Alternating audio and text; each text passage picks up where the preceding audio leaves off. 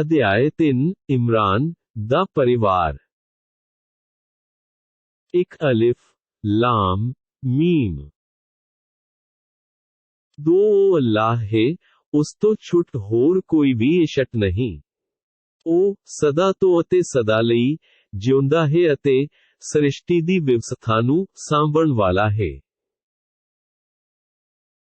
3 ਹੈ ਨਬੀ, ਉਸੇ ਨੇ ਤੁਹਾਡੇ ਤੇ ਹੱਕ ਸੱਚ ਦੇ ਨਾਲ ਕਿਤਾਬ ਕੁਰਾਨ ਉਤਾਰੀ ਜਿਹੜੀ ਆਪਣੇ ਤੋਂ ਪਹਿਲੀਆਂ ਰੱਬ ਵੱਲੋਂ ਨਾਜ਼ਿਲ ਹੋਣ ਵਾਲੀਆਂ ਕਿਤਾਬਾਂ ਦੀ ਪੁਸ਼ਟੀ ਕਰਦੀ ਹੈ।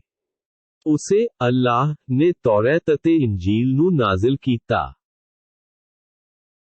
4 ਉਸੇ ਨੇ ਪਹਿਲੇ ਲੋਕਾਂ ਦੀ ਹਿਦਾਇਤ ਲਈ ਕਿਤਾਬਾਂ ਭੇਜੀਆਂ ਅਤੇ ਉਸੇ ਨੇ ਫੁਰਕਾਨ ਕੁਰਾਨ ਨਾਜ਼ਿਲ ਕੀਤਾ ਹੈ।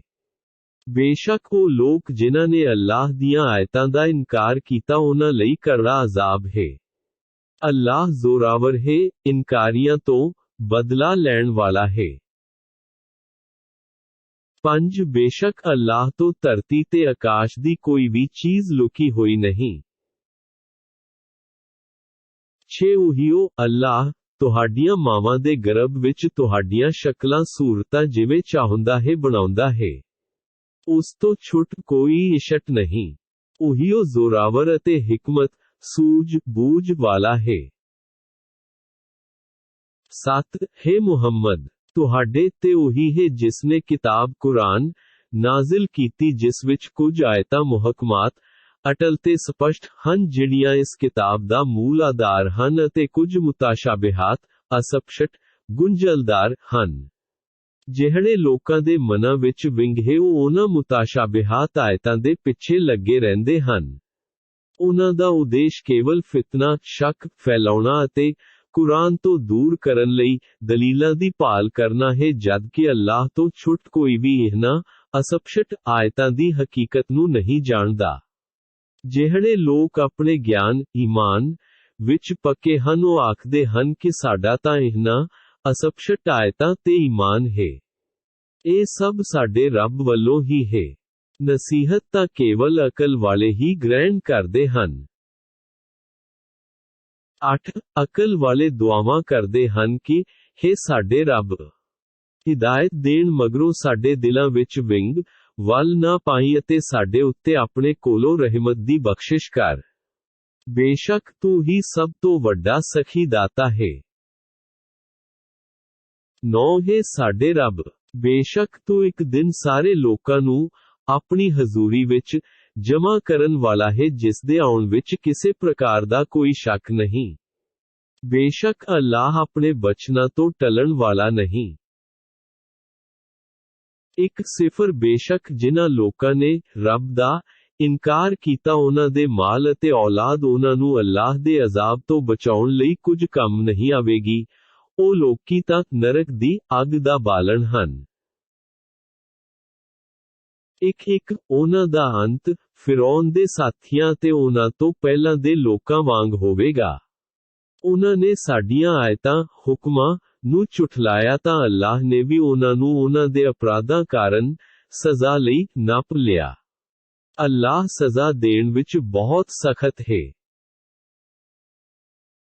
2 ਹੈ ਨਬੀ, ਜਿਹਨਾਂ ਲੋਕਾਂ ਨੇ ਕੁਫਰ ਕੀਤਾ ਹੈ ਉਹਨਾਂ ਨੂੰ ਆਖ ਦਿਓ ਕਿ ਛੇਤੀ ਹੀ ਤੁਸੀਂ ਅੱਲਾਹ ਦੇ ਅਧੀਨ ਹੋ ਜਾਓਗੇ ਅਤੇ ਤੁਹਾਨੂੰ ਨਰਕ ਵੱਲ ਹੱਕਿਆ ਜਾਵੇਗਾ ਜੋ ਕਿ ਬਹੁਤ ਹੀ ਬੁਰਾ ਟਿਕਾਣਾ ਹੈ।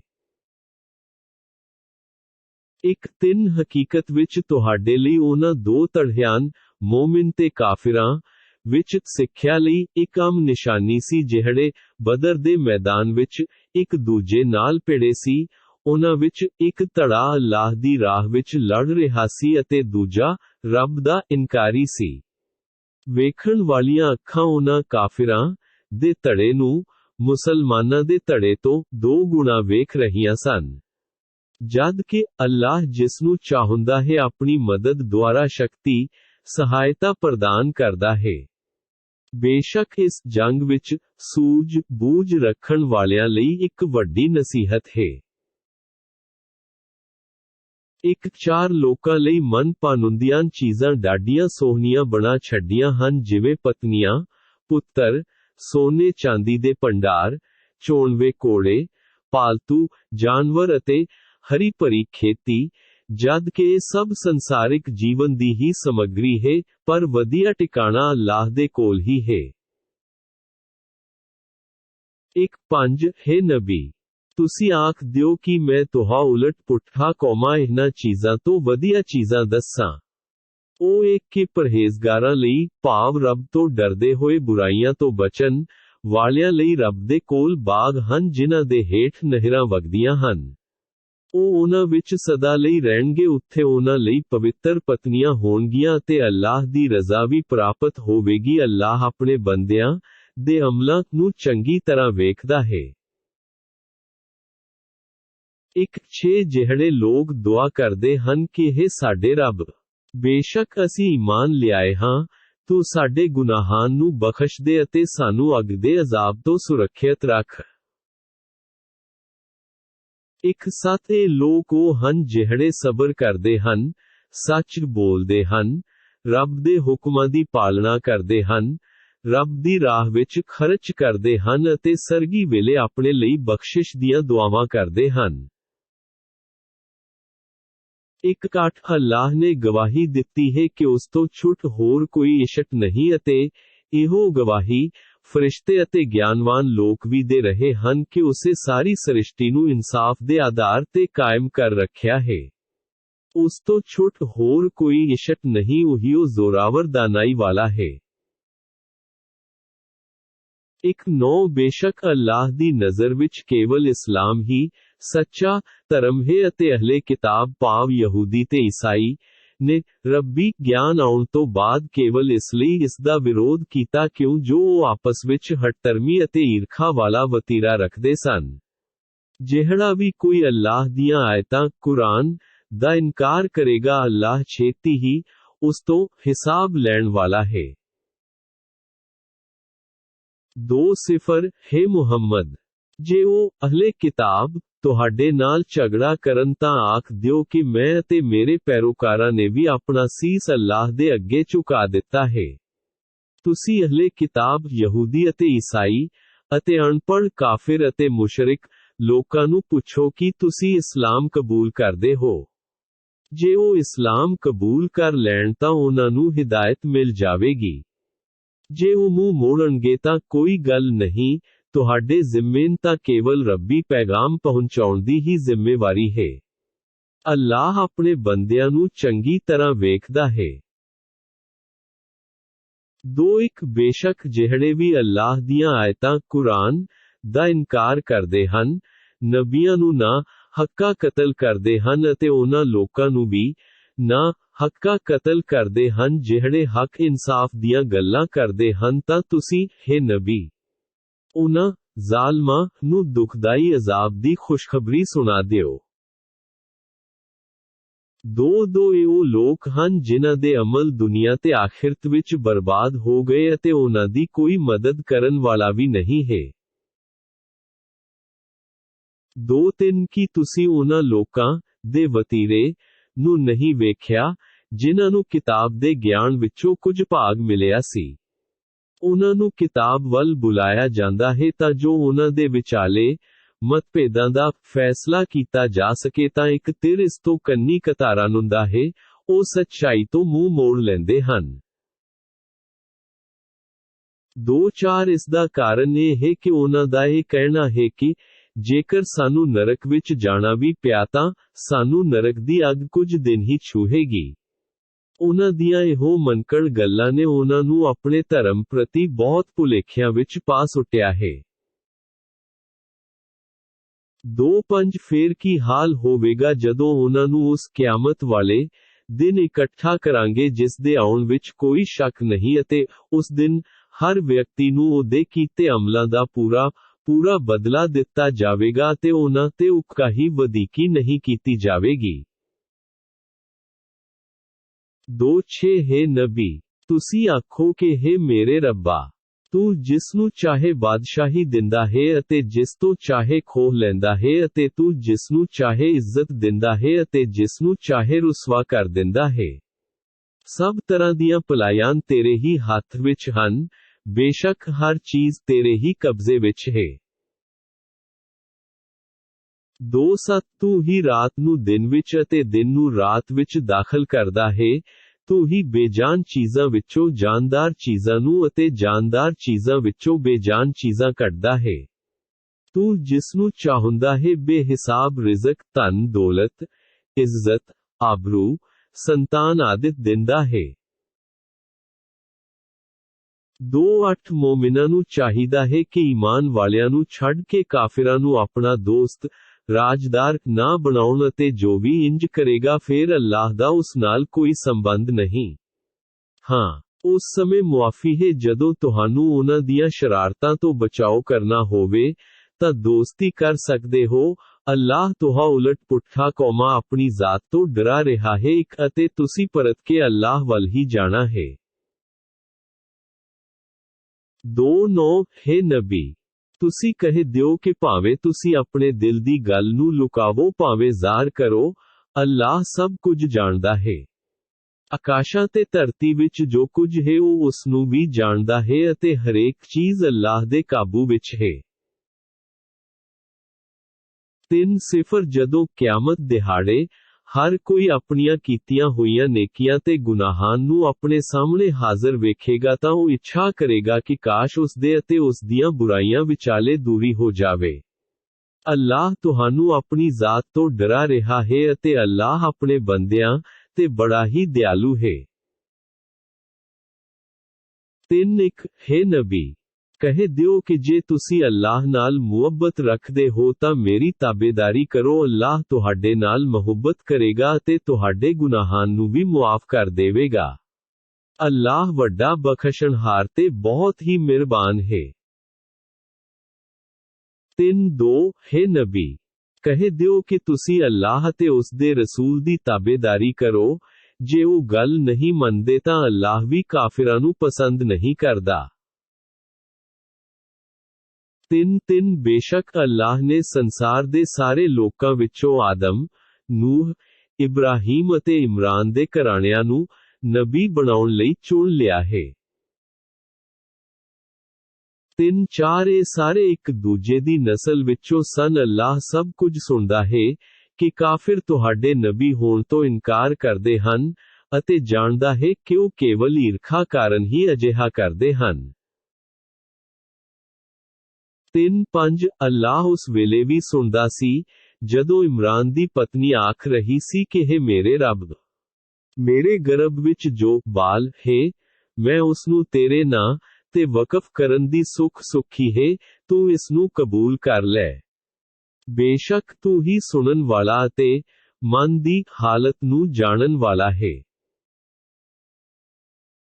3:6 ਜਦੋਂ ਉਸ ਇਮਰਾਨ ਦੀ ਪਤਨੀ ਨੇ ਧੀ ਨੂੰ ਜਨਮ ਦਿੱਤਾ ਤਾਂ ਕਹਿਣ ਲੱਗੀ ਕਿ ਇਹ ਪਾਲਣਹਾਰ, ਮੈਂ ਤਾਂ ਧੀ ਜਨਮੀ ਹੈ। ਅੱਲਾਹ ਨੂੰ ਸਭ ਪਤਾ ਸੀ ਜੋ ਉਸਨੇ ਜਣਿਆ ਸੀ ਅਤੇ ਕਿਹਾ ਕਿ ਪੁੱਤਰ ਧੀ ਜਿਹਾ ਨਹੀਂ ਹੁੰਦਾ। ਮੈਂ ਇਸ ਦਾ ਨਾਂ ਮਰੀਮ ਇੱਕ ਰੱਖਿਆ ਹੈ। ਬੇਸ਼ੱਕ ਮੈਂ ਇਸ ਨੂੰ ਅਤੇ ਇਸ ਦੀ ਆਉਣ ਵਾਲੀ ਪੀੜ੍ਹੀ ਨੂੰ ਸ਼ੈਤਾਨ ਮਰਦੂਦ ਤੋਂ ਬਚਣ ਲਈ ਤੇਰੀ ਸ਼ਰਨ ਵਿੱਚ ਦਿੰਦੀ ਹਾਂ। 3:7 ਉਸ ਲੜਕੀ ਨੂੰ ਉਸਦੇ ਪਾਲਣਹਾਰ ਨੇ ਖੁਸ਼ੀ ਨਾਲ ਕਬੂਲ ਕਰ ਲਿਆ ਅਤੇ ਚੰਗੀ ਤਰ੍ਹਾਂ ਉਸਦਾ ਪਾਲਣ ਪੋਸ਼ਣ ਕੀਤਾ ਅਤੇ ਉਸਦਾ ਸਰਪ੍ਰਸਤ ਜ਼ਕਰੀਆ ਨੂੰ ਬਣਾਇਆ। ਜਦੋਂ ਕਦੇ ਜ਼ਕਰੀਆ ਉਸਦੇ ਕਮਰੇ ਵਿੱਚ ਜਾਂਦਾ ਤਾਂ ਉਸਦੇ ਕੋਲ ਖਾਣ ਪੀਣ ਦੀਆਂ ਚੀਜ਼ਾਂ ਵੇਖਦਾ। ਉਹ ਪੁੱਛਦਾ ਕਿ ਹੈ ਮਰੀਮ, ਇਹ ਰੋਜ਼ੀ ਤੇਰੇ ਕੋਲ ਕਿੱਥੋਂ ਆਉਂਦੀ ਹੈ? ਉਹ ਜਵਾਬ ਦਿੰਦੀ ਕਿ ਇਹ ਰੱਬ ਵੱਲੋਂ ਆਉਂਦੀ ਹੈ।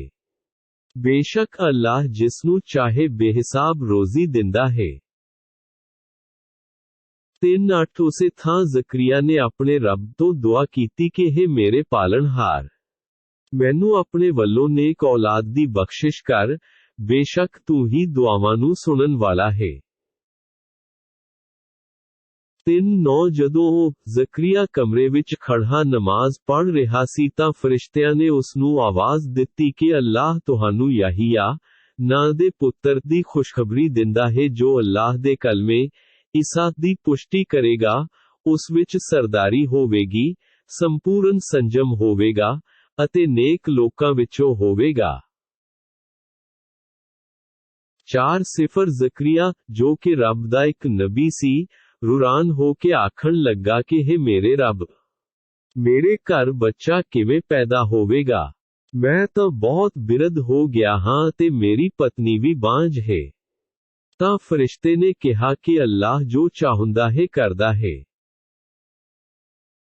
4 ਜ਼ਕਰੀਆ ਨੇ ਬੇਨਤੀ ਕੀਤੀ ਕਿ ਹੇ ਮੇਰੇ ਰੱਬਾ ਮੇਰੇ ਲਈ ਕੋਈ ਨਿਸ਼ਾਨੀ ਨਿਯਤ ਕਰ ਦੇ। ਅੱਲਾਹ ਨੇ ਕਿਹਾ ਕਿ ਤੂੰ 3 ਦਿਨਾਂ ਤੱਕ ਲੋਕਾਂ ਨਾਲ ਗੱਲ-ਬਾਤ ਨਹੀਂ ਕਰੇਗਾ, ਕੇਵਲ ਇਸ਼ਾਰਿਆਂ ਨਾਲ ਹੀ ਆਪਣੀ ਗੱਲ ਲੋਕਾਂ ਨੂੰ ਸਮਝਾਵੇਂਗਾ। ਤੂੰ ਆਪਣੇ ਰੱਬ ਦਾ ਨਾਂ ਵੱਧ ਤੋਂ ਵੱਧ ਯਾਦ ਕਰ ਅਤੇ ਸਵੇਰੇ ਸ਼ਾਮ, ਭਾਵ ਹਰ ਵੇਲੇ, ਉਸ ਦੀ ਹੀ ਤਸਬੀਹ ਕਰ। 4:2 ਜਦੋਂ ਫਰਿਸ਼ਤਿਆਂ ਨੇ ਕਿਹਾ ਕਿ ਹੇ ਮਰੀਮ, ਅੱਲਾਹ ਨੇ ਤੈਨੂੰ ਵਡਿਆਈ ਤੇ ਪਵਿੱਤਰਤਾ ਬਖਸ਼ੀ ਹੈ ਅਤੇ ਸਾਰੀ ਦੁਨੀਆ ਦੀਆਂ ਔਰਤਾਂ ਵਿੱਚੋਂ ਆਪਣੀ ਸੇਵਾ ਲਈ ਤੇਰੀ ਚੋਣ ਕੀਤੀ ਹੈ। 4:3 ਹੇ ਮਰੀਮ, ਤੂੰ ਆਪਣੇ ਰੱਬ ਦੀ ਆਗਿਆਕਾਰੀ ਬਣ ਕੇ ਰਹੇ ਅਤੇ ਉਸੇ ਨੂੰ ਸਿਜਦਾ ਕਰ ਅਤੇ ਉਸੇ ਦੇ ਅੱਗੇ ਝੁਕਣ ਵਾਲਿਆਂ ਨਾਲ ਮਿਲ ਕੇ ਝੁਕਦੀ ਰਹੇ। 4:4 ਹੇ ਨਬੀ, ਇਹ ਸਾਰੀਆਂ ਗੈਬ ਦੀਆਂ ਖਬਰਾਂ ਹਨ ਜਿਨ੍ਹਾਂ ਨੂੰ ਅਸੀਂ ਵਹੀ ਦੁਆਰਾ ਤੁਹਾਨੂੰ ਦੱਸ ਰਹੇ ਹਾਂ। ਤੁਸੀਂ ਉਸ ਸਮੇਂ ਉਹਨਾਂ ਦੇ ਕੋਲ ਮੌਜੂਦ ਨਹੀਂ ਸੀ ਜਦੋਂ ਕਿ ਉਹ, ਰੁਕਲ ਦੇ ਸੇਵਾਦਾਰ, ਇਹ ਫੈਸਲਾ ਕਰਨ ਲਈ ਆਪਣੀਆਂ ਕਲਮਾਂ ਸੁੱਟ ਰਹੇ ਸੀ ਕਿ ਮਰੀਮ ਦਾ ਵਾਰਿਸ ਕੌਣ ਹੋਵੇਗਾ, ਤੇ ਨਾ ਹੀ ਤੁਸੀਂ ਉਸ ਸਮੇਂ ਹਾਜ਼ਰ ਸੀ ਜਦੋਂ ਉਹ ਆਪਸ ਵਿੱਚ ਝਗੜ ਰਹੇ ਸਨ। 4:5 ਜਦੋਂ ਫਰਿਸ਼ਤਿਆਂ ਨੇ ਕਿਹਾ ਕਿ ਹੇ ਮਰੀਮ, ਅੱਲਾਹ ਤੈਨੂੰ ਆਪਣੇ ਇੱਕ ਕਲਮੇ ਭਾਵ ਬੱਚੇ ਦੀ ਖੁਸ਼ਖਬਰੀ ਦਿੰਦਾ ਹੈ ਜਿਸ ਦਾ ਨਾਂ ਮਸੀਹ ਈਸਾ ਬਿਨ ਮਰੀਮ ਹੋਵੇਗਾ, ਜੋ ਦੁਨੀਆ ਤੇ ਆਖਿਰਤ ਵਿੱਚ ਇੱਜ਼ਤ ਵਾਲਾ ਹੋਵੇਗਾ ਤੇ ਅੱਲਾਹ ਦੇ ਨੇੜਲੇ ਬੰਦਿਆਂ ਵਿੱਚੋਂ ਹੋਵੇਗਾ। 4:6 ਉਹ ਬੱਚਾ ਆਪਣੇ ਪੰਗੂੜੇ ਵਿੱਚ ਵੀ ਅਤੇ ਵੱਡੀ ਉਮਰ ਵਿੱਚ ਵੀ ਲੋਕਾਂ ਨਾਲ ਗੱਲਾਂ ਕਰੇਗਾ ਅਤੇ ਉਹ ਨੇਕ ਲੋਕਾਂ ਵਿੱਚੋਂ ਹੋਵੇਗਾ। 47 ਮਰੀਮ ਰੁਰਾਨ ਹੋ ਕੇ ਕਹਿਣ ਲੱਗੀ ਕਿ ਹੇ ਮੇਰੇ ਰੱਬਾ, ਮੇਰੇ ਪੁੱਤਰ ਕਿਵੇਂ ਹੋਵੇਗਾ, ਜਦ ਕਿ ਮੈਨੂੰ ਕਿਸੇ ਪੁਰਸ਼ ਨੇ ਹੱਥ ਵੀ ਨਹੀਂ ਲਾਇਆ। ਫਰਿਸ਼ਤੇ ਨੇ ਕਿਹਾ, ਅੱਲਾਹ ਜੋ ਵੀ ਚਾਹੇ ਪੈਦਾ ਕਰਦਾ ਹੈ। ਜਦੋਂ ਉਹ ਕਿਸੇ ਕੰਮ ਨੂੰ ਕਰਨਾ ਚਾਹੁੰਦਾ ਹੈ ਤਾਂ ਕੇਵਲ ਇਹੋ ਕਹਿੰਦਾ ਹੈ ਕਿ ਹੋ ਜਾ ਅਤੇ ਉਹ ਹੋ ਜਾਂਦਾ ਹੈ। 4:8 ਅੱਲਾਹ ਉਸ ਨੂੰ ਕਿਤਾਬ ਤੇ ਡੂੰਘੀ ਬੂਝ ਦੀ ਸਿੱਖਿਆ ਅਤੇ ਤੌਰੈਤ ਤੇ ਇੰਜੀਲ ਦਾ ਗਿਆਨ ਬਖਸ਼ੇਗਾ। 4:9 ਅਤੇ ਉਸ ਨੂੰ ਬਨੀ ਇਸਰਾਈਲ ਵੱਲ ਰਸੂਲ ਬਣਾ ਕੇ ਭੇਜੇਗਾ ਅਤੇ ਉਹ ਆਖੇਗਾ ਕਿ ਮੈਂ ਤੁਹਾਡੇ ਕੋਲ ਤੁਹਾਡੇ ਰੱਬ ਦੀਆਂ ਨਿਸ਼ਾਨੀਆਂ ਲਿਆਇਆ ਹਾਂ। ਮੈਂ ਤੁਹਾਡੇ ਸਾਹਮਣੇ ਪੰਛੀ ਦੀ ਸ਼ਕਲ ਵਾਂਗ ਮਿੱਟੀ ਦੀ ਇੱਕ ਮੂਰਤ ਬਣਾਉਂਦਾ ਹਾਂ, ਫਿਰ ਉਸ ਵਿੱਚ ਇੱਕ ਫੂਕ ਮਾਰਦਾ ਹਾਂ ਤਾਂ ਅੱਲਾਹ ਦੇ ਹੁਕਮ ਨਾਲ ਉਹ ਅਸਲੀ ਪੰਛੀ ਬਣ ਜਾਂਦਾ ਹੈ ਅਤੇ ਮੈਂ ਅੱਲਾਹ ਦੇ ਹੁਕਮ ਨਾਲ ਜਮਾਂਦਰੂ ਅੰਨੇ ਤੇ ਕੋੜ੍ਹੀ ਨੂੰ ਚੰਗਾ ਭਲਾ ਕਰ ਦਿੰਦਾ ਹਾਂ ਅਤੇ ਮੁਰਦੇ ਨੂੰ ਜਿਉਂਦਾ ਕਰਦਾ ਹਾਂ ਅਤੇ ਜੋ ਕੁਝ ਤੁਸੀਂ ਖਾਂਦੇ ਹੋ ਅਤੇ ਜੋ ਤੁਸੀਂ ਆਪਣੇ ਘਰਾਂ ਵਿੱਚ ਭੰਡਾਰ ਕਰਕੇ ਰੱਖਦੇ ਹੋ ਮੈਂ ਤੁਹਾਂ ਉਲਟ ਪੁੱਠਾ ਕੌਮਾਂ ਉਹ ਸਭ ਦੱਸਦਾ ਹਾਂ। ਇਸ ਵਿੱਚ ਤੁਹਾਡੇ ਲਈ ਵਧੇਰੇ ਨਿਸ਼ਾਨੀਆਂ ਹਨ, ਜੇ ਤੁਸੀਂ ਈਮਾਨ ਵਾਲੇ ਹੋ। 5 ਮੈਂ ਉਸ ਦੀ ਪੁਸ਼ਟੀ ਕਰਦਾ ਹਾਂ ਜਿਹੜੀ ਤੌਰੈਤ ਮੇਥੋਂ ਪਹਿਲਾਂ ਨਾਜ਼ਿਲ ਹੋਈ ਹੈ। ਮੈਂ ਇਸ ਲਈ ਆਇਆ ਹਾਂ ਕਿ ਤੁਹਾਡੇ ਲਈ ਉਹ ਚੀਜ਼ਾਂ ਹਲਾਲ ਕਰ ਦੇਵਾਂ ਜਿਹੜੀਆਂ ਤੁਹਾਡੇ ਲਈ ਹਰਾਮ ਕਰ ਦਿੱਤੀਆਂ ਗਈਆਂ ਸਨ। ਮੈਂ ਤੁਹਾਡੇ ਕੋਲ ਤੁਹਾਡੇ ਰੱਬ ਵੱਲੋਂ ਨਿਸ਼ਾਨੀਆਂ ਲੈ ਕੇ ਆਇਆ ਹਾਂ, ਇਸ ਲਈ ਤੁਸੀਂ ਅੱਲਾਹ ਤੋਂ ਡਰੋ ਅਤੇ ਮੇਰੀ ਪੈਰਵੀ ਕਰੋ। 5 ਬੇਸ਼ੱਕ ਮੇਰਾ ਤੇ ਤੁਹਾਡਾ ਪਾਲਣਹਾਰ ਇੱਕੋ ਅੱਲਾਹ ਹੈ, ਤੁਸੀਂ ਸਾਰੇ ਉਸੇ ਦੀ ਇਬਾਦਤ ਕਰੋ, ਇਹੋ ਸਿੱਧਾ ਰਾਹ ਹੈ। 5 ਜਦੋਂ ਈਸਾ ਨੇ ਉਹਨਾਂ ਦਾ ਇਨਕਾਰੀ ਹੋਣਾ ਮਹਿਸੂਸ ਕਰ ਲਿਆ ਤਾਂ ਕਹਿਣ ਲੱਗੇ ਕਿ ਕੌਣ ਹੈ ਜੋ ਅੱਲਾਹ ਦੀ ਰਾਹ ਵਿੱਚ ਮੇਰੀ ਮਦਦ ਕਰੇਗਾ। ਤਾਂ ਹਵਾਰੀਆਂ ਸਹਾਇਕ ਨੇ ਕਿਹਾ ਕਿ ਅਸੀਂ ਅੱਲਾਹ ਦੀ ਰਾਹ ਵਿੱਚ ਤੁਹਾਡੇ ਸਹਾਈ ਹਾਂ। ਅਸੀਂ ਅੱਲਾਹ ਤੇ ਈਮਾਨ ਲਿਆਏ ਹਾਂ ਅਤੇ ਤੁਸੀਂ ਗਵਾਹ ਰਹਿਓ ਕਿ ਅਸੀਂ ਆਗਿਆਕਾਰੀ ਹਾਂ। 5 ਹੇ ਮਾਲਿਕ, ਅਸੀਂ ਤੇਰੇ ਵੱਲੋਂ ਉਤਾਰੀ ਹੋਈ ਇੰਜੀਲ ਤੇ ਈਮਾਨ ਲਿਆਏ ਹਾਂ ਅਤੇ ਤੇਰੇ ਰਸੂਲ ਦੀ ਪੈਰਵੀ ਕੀਤੀ ਹੈ, ਸੋ ਹੁਣ ਤੂੰ ਸਾਡਾ ਨਾਂ ਗਵਾਹੀ ਦੇਣ ਵਾਲਿਆਂ ਵਿੱਚ ਲਿਖ ਲੈ। 5 ਜਦੋਂ ਉਹਨਾਂ ਬਨੀ ਇਸਰਾਈਲ ਨੇ ਮਸੀਹ ਵਿਰੁੱਧ ਚਾਲਾਂ ਚੱਲੀਆਂ ਤਾਂ ਅੱਲਾਹ ਨੇ ਵੀ ਆਪਣੀਆਂ ਚਾਲਾਂ ਚੱਲੀਆਂ। ਅੱਲਾਹ ਸਭ ਤੋਂ ਵਧੀਆ ਖੁਫੀਆ ਚਾਲਾਂ ਚੱਲਣ ਵਾਲਾ ਹੈ। 5 ਗੁਪਤ ਚਾਲ ਵਜੋਂ, ਜਦੋਂ ਅੱਲਾਹ ਨੇ ਕਿਹਾ ਕਿ ਹੈ ਈਸਾ, ਮੈਂ ਤੈਨੂੰ ਸਹੀ ਸਲਾਮਤ ਇਹਨਾਂ ਤੋਂ ਵਾਪਸ ਲੈ ਲਵਾਂਗਾ ਤੇ ਆਪਣੇ ਵੱਲ ਭਾਵ ਆਕਾਸ਼ਾਂ ਤੇ ਚੁੱਕ ਲਵਾਂਗਾ ਇੱਕ ਅਤੇ ਇਹਨਾਂ ਕਾਫਰਾਂ ਤੋਂ ਤੈਨੂੰ ਪਾਕ ਕਰਾਂਗਾ ਅਤੇ ਜਿਨ੍ਹਾਂ ਲੋਕਾਂ ਨੇ ਤੇਰੀ ਪੈਰਵੀ ਕੀਤੀ ਹੈ ਉਹਨਾਂ ਉਲਟ ਪੁੱਠਾ ਕੌਮਾਂ ਨੂੰ ਕਿਆਮਤ ਤੱਕ ਕਾਫਰਾਂ ਤੇ ਭਾਰੂ ਰੱਖਾਂਗਾ। ਫੇਰ ਤੁਸਾਂ ਸਭ ਨੇ ਮੇਰੇ ਵੱਲ ਹੀ ਪਰਤ ਕੇ ਆਉਣਾ ਹੈ। ਫੇਰ ਮੈਂ ਤੁਹਾਡੇ ਵਿਚਕਾਰ ਉਹਨਾਂ ਗੱਲਾਂ ਦਾ ਨਿਪਟਾਰਾ ਕਰ ਦੇਵਾਂਗਾ ਜਿਨ੍ਹਾਂ ਬਾਰੇ ਤੁਸੀਂ ਮਤਭੇਦ ਕਰਦੇ ਸੀ। 5 ਜਿਨ੍ਹਾਂ ਲੋਕਾਂ ਨੇ ਕੁਫਰ ਕੀਤਾ ਉਹਨਾਂ ਕਾਫਿਰਾਂ ਨੂੰ ਤਾਂ ਮੈਂ ਦੁਨੀਆ ਵਿੱਚ ਵੀ ਅਤੇ ਆਖਿਰਤ ਵਿੱਚ ਵੀ ਸਖਤ ਸਜ਼ਾ ਦੇਵਾਂਗਾ ਅਤੇ ਉਹਨਾਂ ਦਾ ਕੋਈ ਵੀ ਸਹਾਈ ਨਹੀਂ ਹੋਵੇਗਾ। 5 ਪਰੰਤੂ ਈਮਾਨ ਲਿਆਉਣ ਵਾਲਿਆਂ ਨੂੰ ਅਤੇ ਨੇਕ ਕਰਮ ਕਰਨ ਵਾਲਿਆਂ ਨੂੰ ਅੱਲਾਹ ਪੂਰਾ ਬਦਲਾ ਦੇਵੇਗਾ। ਅੱਲਾਹ ਜ਼ਾਲਮਾਂ ਨੂੰ ਪਸੰਦ ਨਹੀਂ ਕਰਦਾ। 5 ਹੈ ਨਬੀ, ਇਹ ਜੋ ਅਸੀਂ ਤੈਨੂੰ ਪੜ੍ਹ ਕੇ ਸੁਣਾ ਰਹੇ ਹਾਂ ਇਹ ਦਾਨਾਈ ਤੇ ਨਸੀਹਤਾਂ ਵਾਲੀਆਂ ਆਇਤਾਂ ਹਨ। 5 ਬੇਸ਼ੱਕ ਅੱਲਾਹ ਦੀ ਨਜ਼ਰ ਵਿੱਚ ਈਸਾ ਦੀ ਮਿਸਾਲ ਆਦਮ ਵਾਂਗ ਹੈ। ਅੱਲਾਹ ਨੇ ਉਸ ਨੂੰ ਮਿੱਟੀ ਤੋਂ ਸਾਜਿਆ ਤੇ ਹੁਕਮ ਦਿੱਤਾ ਕਿ ਹੋ ਜਾ, ਬਸ ਉਹ ਹੋ ਗਿਆ। 6 ਤੇਰੇ ਰੱਬ ਵੱਲੋਂ ਇਹੋ ਸੱਚਾਈ ਹੈ, ਖਬਰਦਾਰ, ਸ਼ੱਕ ਕਰਨ ਵਾਲੇ ਲੋਕਾਂ ਵਿੱਚ ਸ਼ਾਮਿਲ ਨਾ ਹੋ ਜਾਣਾ। 6 ਹੈ ਨਬੀ, ਇਸ ਜਾਣਕਾਰੀ ਮਿਲ ਜਾਣ ਤੋਂ ਬਾਅਦ ਵੀ ਜੇ ਕੋਈ ਈਸਾ ਦੇ ਸੰਬੰਧ ਵਿੱਚ ਤੁਹਾਡੇ ਨਾਲ ਕੋਈ ਵਾਦ ਵਿਵਾਦ ਕਰੇ ਤਾਂ ਤੁਸੀਂ ਉਸ ਨੂੰ ਆਖ ਦਿਓ ਕਿ ਆਓ ਅਸੀਂ ਤੇ ਤੁਸੀਂ ਆਪੋ ਆਪਣੇ ਪੁੱਤਰਾਂ ਨੂੰ, ਆਪਣੀਆਂ ਔਰਤਾਂ ਨੂੰ ਬੁਲਾਈਏ ਅਤੇ ਆਪ ਖੁਦ ਵੀ ਆਈਏ ਫੇਰ ਅਸੀਂ ਮਿਲ ਕੇ ਦੁਆ ਕਰੀਏ ਕਿ ਝੂਠੀਆਂ ਤੇ ਅੱਲਾਹ ਦੀ ਲਾਨਤ ਹੋਵੇ।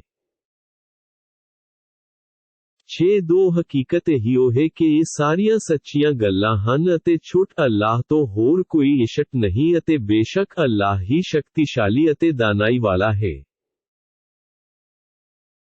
6 ਫੇਰ ਵੀ ਜੇ ਉਹ ਇਹਨਾਂ ਗੱਲਾਂ ਨੂੰ ਨਹੀਂ ਕਬੂਲਦੇ ਤਾਂ ਅੱਲਾਹ ਵੀ ਇਹਨਾਂ ਫਸਾਦੀਆਂ ਨੂੰ ਚੰਗੀ ਤਰ੍ਹਾਂ ਜਾਣਦਾ ਹੈ। 6 ਹੈ ਨਬੀ, ਤੁਸੀਂ ਕਹਿ ਦਿਓ ਕਿ ਹੈ ਕਿਤਾਬ ਵਾਲਿਓ, ਆਓ ਇੱਕ ਅਜਿਹੀ ਗੱਲ ਵੱਲ ਜਿਹੜੀ ਤੁਹਾਡੇ ਤੇ ਸਾਡੇ ਵਿਚਾਲੇ ਸਾਂਝੀ ਹੈ ਕਿ ਅਸੀਂ ਅੱਲਾਹ ਤੋਂ ਛੁੱਟ ਕਿਸੇ ਹੋਰ ਦੀ ਇਬਾਦਤ ਨਾ ਕਰੀਏ, ਨਾ ਉਸ ਦਾ ਕਿਸੇ ਨੂੰ ਸ਼ਰੀਕ ਬਣਾਈਏ ਅਤੇ ਨਾ ਅੱਲਾਹ ਨੂੰ ਛੱਡ ਕੇ ਕਿਸੇ ਨੂੰ ਆਪਣਾ ਰੱਬ ਬਣਾਈਏ, ਭਾਵ ਰੱਬ ਦੇ ਆਗਿਆਕਾਰੀ ਹਾਂ। ਫੇਰ ਵੀ ਜੇ ਉਹ ਮੂੰਹ ਮੋੜਦੇ ਹਨ ਤਾਂ ਤੁਸੀਂ ਆਖ ਦਿਓ ਕਿ ਗਵਾਹ ਰਹੋ ਕਿ ਅਸੀਂ ਤਾਂ ਮੁਸਲਮਾਨ, ਆਗਿਆਕਾਰੀ, ਹਾਂ।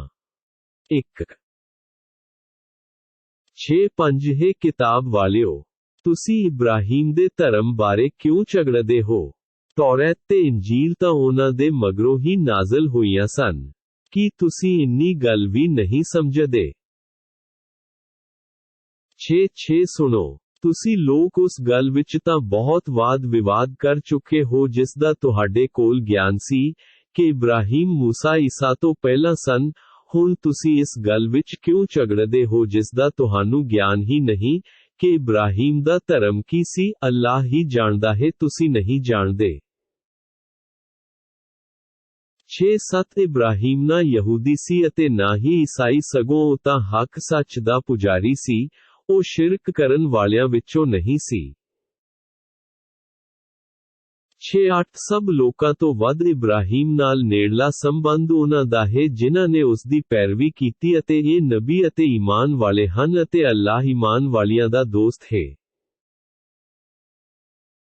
6 ਹੈ ਈਮਾਨ ਵਾਲਿਓ, ਕਿਤਾਬ ਵਾਲਿਆਂ ਵਿੱਚੋਂ ਇੱਕ ਧੜਾ ਤੁਹਾਨੂੰ ਕੁਰਾਹੇ ਪਾਉਣਾ ਚਾਹੁੰਦਾ ਹੈ ਜਦ ਕਿ ਉਹ ਆਪਣੇ ਆਪ ਨੂੰ ਹੀ ਕੁਰਾਹੇ ਪਾ ਰਹੇ ਹਨ ਅਤੇ ਇਸ ਗੱਲ ਨੂੰ ਉਹ ਸਮਝਦੇ ਵੀ ਨਹੀਂ। 7 ਹੈ ਕਿਤਾਬ ਵਾਲਿਓ, ਤੁਸੀਂ ਅੱਲਾਹ ਦੀਆਂ ਆਇਤਾਂ ਦਾ ਇਨਕਾਰ ਕਿਉਂ ਕਰ ਰਹੇ ਹੋ, ਜਦ ਕਿ ਤੁਸੀਂ ਆਪ ਇਹਨਾਂ ਦੇ ਸੱਚ ਹੋਣ ਦੇ ਗਵਾਹ ਹੋ।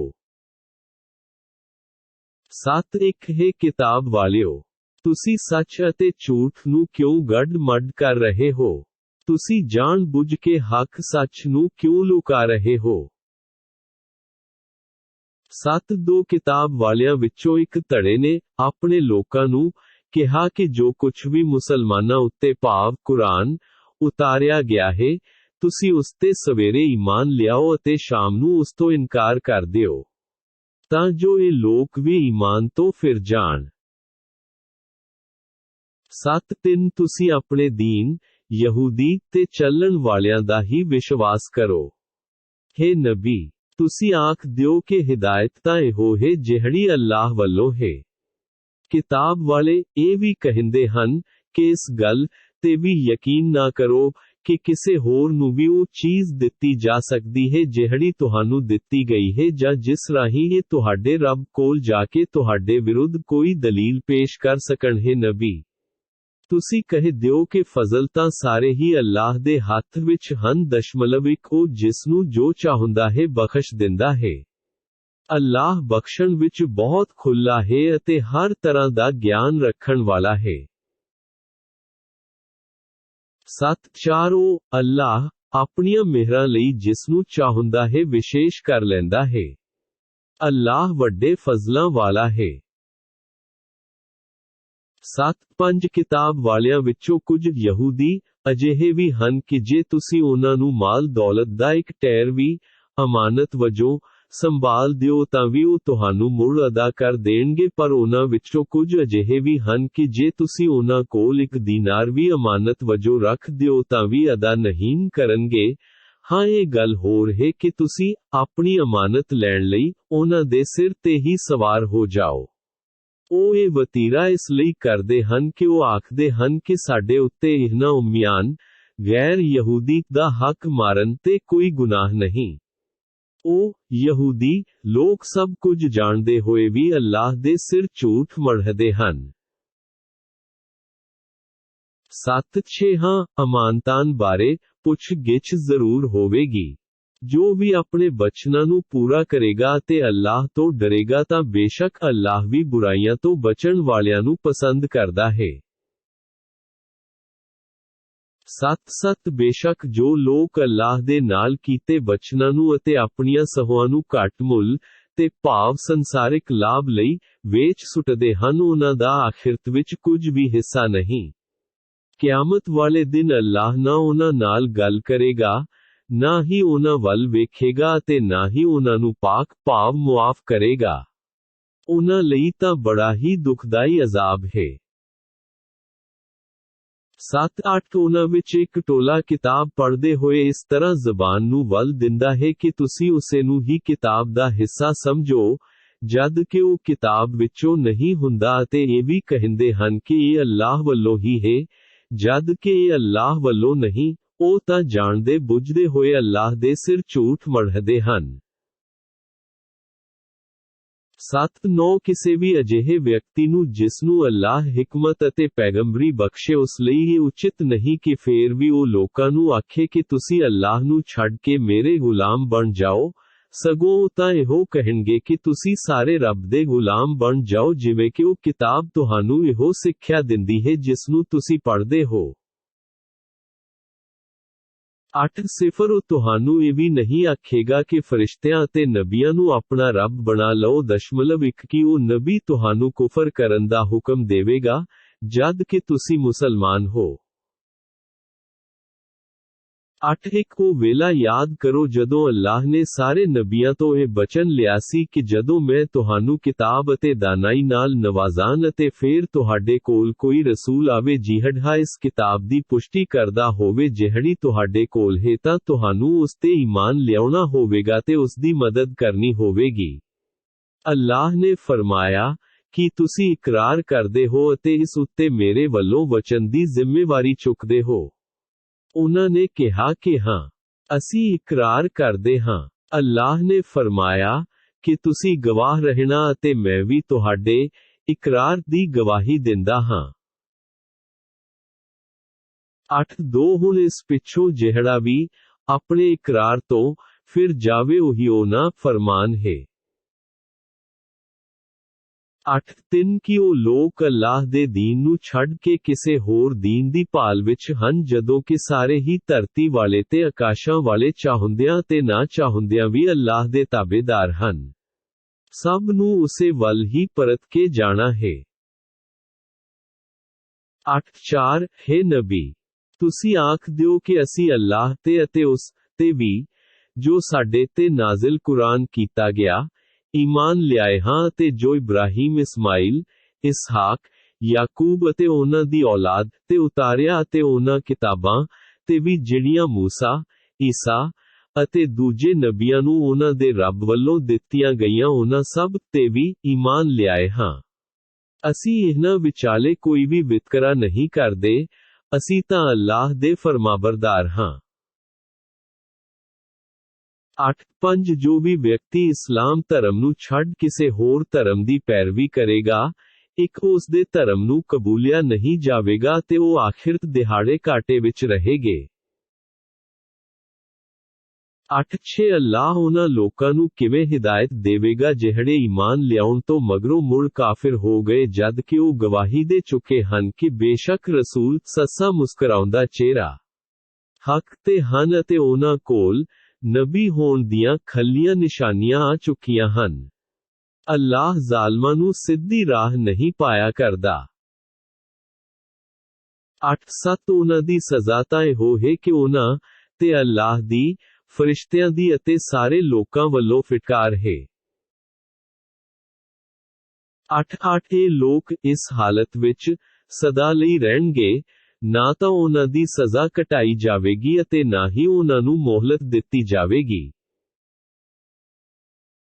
8:9 ਪਰ ਜਿਹੜੇ ਲੋਕ ਇਸ ਇਨਕਾਰ ਤੋਂ ਬਾਅਦ ਤੌਬਾ ਕਰਕੇ ਆਪਣਾ ਸੁਧਾਰ ਕਰ ਲੈਣ, ਉਹੀ ਸਜ਼ਾ ਤੋਂ ਬਚ ਸਕਣਗੇ, ਬੇਸ਼ੱਕ ਅੱਲਾਹ ਬਖਸ਼ਣਹਾਰ ਅਤੇ ਮਿਹਰਾਂ ਕਰਨ ਵਾਲਾ ਹੈ। 9 ਬੇਸ਼ੱਕ ਜਿਹੜੇ ਲੋਕ ਈਮਾਨ ਲਿਆਉਣ ਤੋਂ ਬਾਅਦ ਇਨਕਾਰ ਕਰਨ ਅਤੇ ਇਨਕਾਰ ਵਿੱਚ ਵੱਧਦੇ ਹੀ ਚਲੇ ਗਏ ਉਹਨਾਂ ਦੀ ਤੌਬਾ ਕਦੇ ਵੀ ਕਬੂਲ ਨਹੀਂ ਕੀਤੀ ਜਾਵੇਗੀ, ਇਹੋ ਭਟਕੇ ਹੋਏ ਲੋਕ ਹਨ। 9 ਜਿਹੜੇ ਲੋਕਾਂ ਨੇ ਇਨਕਾਰ ਕੀਤਾ ਅਤੇ ਇਨਕਾਰ ਦੀ ਹਾਲਤ ਵਿੱਚ ਹੀ ਮਰ ਜਾਣ ਉਹਨਾਂ ਵਿੱਚੋਂ ਜੇ ਕੋਈ ਕਿਆਮਤ ਦੇ ਦਿਨ ਆਪਣੇ ਆਪ ਨੂੰ ਨਰਕ ਤੋਂ ਬਚਾਉਣ ਲਈ ਬਦਲੇ ਵਿੱਚ ਧਰਤੀ ਜਿੰਨਾ ਸੋਨਾ ਵੀ ਦੇਵੇ ਤਾਂ ਵੀ ਕਬੂਲਿਆ ਨਹੀਂ ਜਾਵੇਗਾ। 1 ਇਹ ਉਹ ਲੋਕ ਹਨ ਜਿਨ੍ਹਾਂ ਲਈ ਦਰਦਨਾਕ ਅਜ਼ਾਬ ਹੈ ਅਤੇ ਜਿਨ੍ਹਾਂ ਦਾ ਕੋਈ ਸਹਾਈ ਨਹੀਂ ਹੋਵੇਗਾ। 9 ਜਦੋਂ ਤੱਕ ਤੁਸੀਂ ਆਪਣੀ ਪਸੰਦ ਦੀਆਂ ਵਸਤੂਆਂ ਨੂੰ ਅੱਲਾਹ ਦੀ ਰਾਹ ਵਿੱਚ ਖਰਚ ਨਹੀਂ ਕਰੋਗੇ ਤੁਸੀਂ ਕਦੇ ਵੀ ਭਲਾਈ ਨੇਕੀ ਨਹੀਂ ਪਾ ਸਕੋਗੇ ਅਤੇ ਜੋ ਵੀ ਤੁਸੀਂ ਖਰਚ ਕਰੋਗੇ ਅੱਲਾਹ ਉਸ ਨੂੰ ਭਲੀ ਭਾਂਤ ਜਾਣਦਾ ਹੈ। 9 ਬਨੀ ਇਸਰਾਈਲ ਲਈ ਖਾਣ ਵਾਲੀਆਂ ਸਾਰੀਆਂ ਚੀਜ਼ਾਂ ਹਲਾਲ ਸਨ, ਛੁੱਟ ਉਹਨਾਂ ਚੀਜ਼ਾਂ ਤੋਂ ਜਿਨ੍ਹਾਂ ਨੂੰ ਤੌਰਾਤ ਨਾਜ਼ਲ ਹੋਣ ਤੋਂ ਪਹਿਲਾਂ ਯਾਕੂਬ ਨੇ ਆਪਣੇ ਉੱਤੇ ਹਰਾਮ ਕਰ ਲਿਆ ਸੀ। ਹੇ ਮੁਹੰਮਦ, ਤੁਸੀਂ ਆਖ ਦਿਓ ਕਿ ਜੇ ਤੁਸੀਂ ਸੱਚੇ ਹੋ ਤਾਂ ਤੌਰਾਤ ਲੈ ਆਓ ਅਤੇ ਉਸ ਨੂੰ ਪੜ੍ਹੋ। 9 ਇਸ ਦਲੀਲ ਤੋਂ ਪਿੱਛੋਂ ਵੀ ਜਿਹੜੇ ਲੋਕ ਅੱਲਾਹ ਉੱਤੇ ਝੂਠੀਆਂ ਗੱਲਾਂ ਜੋੜਦੇ ਹਨ ਉਹੀ ਉਹ ਅਸਲ ਜ਼ਾਲਮ ਹਨ। 9 ਹੇ ਨਬੀ, ਆਖ ਦਿਓ ਕਿ ਅੱਲਾਹ ਦਾ ਫਰਮਾਨ ਸੱਚਾ ਹੈ, ਸੋ ਤੁਸੀਂ ਸਾਰੇ ਇਬਰਾਹੀਮ ਦੇ ਤਰੀਕੇ ਦੀ ਪੈਰਵੀ ਕਰੋ ਜਿਹੜਾ ਕਿ ਹੱਕ ਦਾ ਪੁਜਾਰੀ ਸੀ ਅਤੇ ਮੁਸ਼ਰਕੀਨ ਇੱਕ ਵਿੱਚੋਂ ਨਹੀਂ ਸੀ। 9 ਅੱਲਾਹ ਦਾ ਪਹਿਲਾ ਘਰ ਜੋ ਲੋਕਾਂ ਦੀ ਇਬਾਦਤ ਲਈ ਮੁਕਰਰ ਕੀਤਾ ਗਿਆ ਹੈ ਉਹੀ ਉਹ ਹੈ ਜਿਹੜਾ ਸ਼ਹਿਰ ਮੱਕਾ ਵਿਖੇ ਹੈ। ਉਹ ਸਾਰੀ ਦੁਨੀਆ ਲਈ ਬਰਕਤਾਂ ਤੇ ਹਿਦਾਇਤ ਵਾਲੀ ਥਾਂ ਹੈ। 9 ਉਸ ਵਿੱਚ ਖੁੱਲੀਆਂ ਨਿਸ਼ਾਨੀਆਂ ਹਨ ਮੁਕਾਮੇ ਇਬਰਾਹੀਮ ਹੈ, ਜਿਹੜਾ ਇੱਥੇ ਜਾਵੇਗਾ ਅਮਨ ਵਿੱਚ ਆ ਜਾਂਦਾ ਹੈ। ਅੱਲਾਹ ਨੇ ਉਹਨਾਂ ਲੋਕਾਂ ਲਈ ਜੋ ਇਸ ਵੱਲ ਸਫ਼ਰ ਕਰ ਸਕਦੇ ਹਨ ਇਸ ਘਰ ਦਾ ਹੱਜ ਕਰਨਾ ਫਰਜ਼ ਕਰ ਦਿੱਤਾ ਹੈ। ਜਿਹੜਾ ਹੱਜ ਦਾ ਇਨਕਾਰ ਕਰੇ ਤਾਂ ਅੱਲਾਹ ਸਾਰੀ ਦੁਨੀਆ ਤੋਂ ਬੇਪਰਵਾਹ ਹੈ। 9 ਹੇ ਨਬੀ, ਤੁਸੀਂ ਆਖ ਦਿਓ ਕਿ ਹੇ ਕਿਤਾਬ ਵਾਲਿਓ, ਤੁਸੀਂ ਅੱਲਾਹ ਦੀਆਂ ਆਇਤਾਂ ਆਦੇਸ਼ਾਂ ਨਾਲ ਕਿਉਂ ਕੁਫਰ ਇਨਕਾਰ ਕਰਦੇ ਹੋ? ਜੋ ਕੁਝ ਵੀ ਤੁਸੀਂ ਕਰਦੇ ਹੋ ਅੱਲਾਹ ਉਸ ਤੇ ਗਵਾਹ ਹੈ, ਭਾਵ ਉਹ ਸਭ ਕੁਝ ਜਾਣਦਾ ਹੈ। 9 ਇਹਨਾਂ ਕਿਤਾਬ ਵਾਲਿਆਂ ਨੂੰ ਆਖ ਦਿਓ ਕਿ ਤੁਸੀਂ ਅੱਲਾਹ ਦੇ ਰਸਤੇ ਤੇ ਚੱਲਣ ਤੋਂ ਮੋਮਿਨਾਂ ਨੂੰ ਕਿਉਂ ਰੋਕਦੇ ਹੋ? ਤੁਸੀਂ ਚਾਹੁੰਦੇ ਹੋ ਕਿ ਉਹ ਵਿੰਗੇ ਟੇਢੇ ਰਸਤਿਆਂ ਤੇ ਹੀ ਤੁਰਦੇ ਰਹਿਣ ਜਦੋਂ ਕਿ ਤੁਸੀਂ ਆਪ ਉਸ ਦੀ ਸਿੱਧੀ ਰਾਹ ਹੋਣ ਉੱਤੇ ਗਵਾਹ ਹੋ। ਅੱਲਾਹ ਤੁਹਾਡੇ ਅਮਲਾਂ ਤੋਂ ਬੇਖਬਰ ਨਹੀਂ ਹੈ। 1:0 ਹੈ ਈਮਾਨ ਵਾਲਿਓ, ਜੇਕਰ ਤੁਸੀਂ ਕਿਤਾਬ ਵਾਲਿਆਂ, ਈਸਾਈ ਜਾਂ ਯਹੂਦੀਆਂ ਵਿੱਚੋਂ ਕਿਸੇ ਇੱਕ ਟੋਲੇ ਦੀ ਗੱਲ ਮੰਨ ਲਈ ਤਾਂ ਉਹ ਤੁਹਾਨੂੰ ਤੁਹਾਡੇ ਈਮਾਨ ਲਿਆਉਣ ਮਗਰੋਂ ਫੇਰ ਕੁਫਰ ਵੱਲ ਮੋੜ ਲੈ ਜਾਣਗੇ। 1:1 ਤੁਸੀਂ ਕਿਵੇਂ ਕੁਫਰ ਵੱਲ ਜਾ ਸਕਦੇ ਹੋ ਜਦੋਂ ਕਿ ਤੁਹਾਨੂੰ ਅੱਲਾਹ ਦੀਆਂ ਆਇਤਾਂ ਪੜ੍ਹ ਕੇ ਸੁਣਾਈਆਂ ਜਾਂਦੀਆਂ ਹਨ ਅਤੇ ਤੁਹਾਡੇ ਵਿਚਾਲੇ ਉਸ ਦਾ ਰਸੂਲ ਮੁਹੰਮਦ ਮੌਜੂਦ ਹੈ। ਜਿਹੜਾ ਵਿਅਕਤੀ ਅੱਲਾਹ ਦੇ ਦੀਨ, ਇਸਲਾਮ ਨੂੰ ਦ੍ਰਿੜਤਾ ਨਾਲ ਫੜ ਲਵੇ, ਭਾਵ ਅਮਲ ਕਰੇ, ਉਸ ਨੂੰ ਸਿੱਧੀ ਰਾਹ ਜਾਣ ਵਾਲੀ ਹਿਦਾਇਤ ਮਿਲ ਜਾਂਦੀ ਹੈ। 1:2 ਹੈ ਈਮਾਨ ਵਾਲਿਓ, ਅੱਲਾਹ ਤੋਂ ਡਰੋ ਜਿਹਾ ਕਿ ਉਸ ਤੋਂ ਡਰਨਾ ਚਾਹੀਦਾ ਹੈ ਅਤੇ ਵੇਖੋ ਮਰਦੇ ਦਮ ਤੱਕ ਮੁਸਲਮਾਨ ਹੀ ਰਹਿਣਾ। 1:3 ਅੱਲਾਹ ਦੀ ਰੱਸੀ ਕੁਰਾਨ ਨੂੰ ਸਾਰੇ ਮਿਲ ਕੇ ਦ੍ਰਿੜਤਾ ਨਾਲ ਫੜ ਲਓ ਅਤੇ ਆਪਣੇ ਵਿਚਾਲੇ ਫੁੱਟ ਨਾ ਪਾਓ। ਅਤੇ ਅੱਲਾਹ ਦੇ ਉਸ ਅਹਿਸਾਨ ਨੂੰ ਚੇਤੇ ਰੱਖੋ ਜਦੋਂ ਤੁਸੀਂ ਇੱਕ ਦੂਜੇ ਦੇ ਦੁਸ਼ਮਣ ਸੀ ਤਾਂ ਉਸੇ ਨੇ ਤੁਹਾਡੇ ਦਿਲਾਂ ਵਿੱਚ ਇੱਕ ਦੂਜੇ ਲਈ ਮੁਹੱਬਤ ਪਾਈ ਸੀ ਅਤੇ ਤੁਸੀਂ ਉਸੇ ਦੀਆਂ ਮਿਹਰਾਂ ਸਦਕੇ ਹੀ ਭਰਾ ਬਣ ਗਏ। ਤੁਸੀਂ ਗੁੰਮਰਾਹੀ ਕਾਰਨ ਅੱਗ ਨਾਲ ਭਰੇ ਹੋਏ ਟੋਏ ਦੇ ਕੰਢੇ ਤੀਕ ਪਹੁੰਚ ਚੁੱਕੇ ਕਿ ਉਸਨੇ ਤੁਹਾਨੂੰ ਉਸ ਵਿੱਚ ਡਿੱਗਣ ਤੋਂ ਬਚਾ ਲਿਆ। ਅੱਲਾਹ ਇਸੇ ਪ੍ਰਕਾਰ ਆਪਣੀਆਂ ਨਿਸ਼ਾਨੀਆਂ ਪ੍ਰਗਟ ਕਰਦਾ ਹੈ ਤਾਂ ਜੋ ਤੁਸੀਂ ਹਿਦਾਇਤ ਵਾਲੇ ਬਣ ਜਾਓ। 1:4 ਤੁਹਾਡੇ ਵਿੱਚੋਂ ਇੱਕ ਗਿਰੋਹ ਤਾਂ ਜ਼ਰੂਰ ਹੀ ਅਜਿਹਾ ਹੋਣਾ ਚਾਹੀਦਾ ਹੈ ਜੋ ਲੋਕਾਂ ਨੂੰ ਭਲਾਈ ਵੱਲ ਬੁਲਾਵੇ ਅਤੇ ਨੇਕ ਕੰਮ ਕਰਨ ਦਾ ਹੁਕਮ ਦੇਵੇ ਅਤੇ ਬੁਰੇ ਕੰਮਾਂ ਤੋਂ ਰੋਕੇ।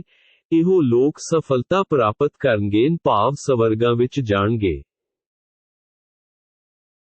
1:5 ਤੁਸੀਂ ਉਹਨਾਂ ਲੋਕਾਂ ਵਾਂਗ ਨਾ ਹੋ ਜਾਣਾ ਜਿਹੜੇ ਫਿਰਕਿਆਂ, ਧੜਿਆਂ ਵਿੱਚ ਵੰਡੇ ਗਏ ਅਤੇ ਉਹਨਾਂ ਕੋਲ ਖੁੱਲ੍ਹੀਆਂ ਨਿਸ਼ਾਨੀਆਂ ਆਉਣ ਤੋਂ ਬਾਅਦ ਵੀ ਉਹਨਾਂ ਨੇ ਇੱਕ ਦੂਜੇ ਨਾਲ ਮਤਭੇਦ ਕੀਤੇ।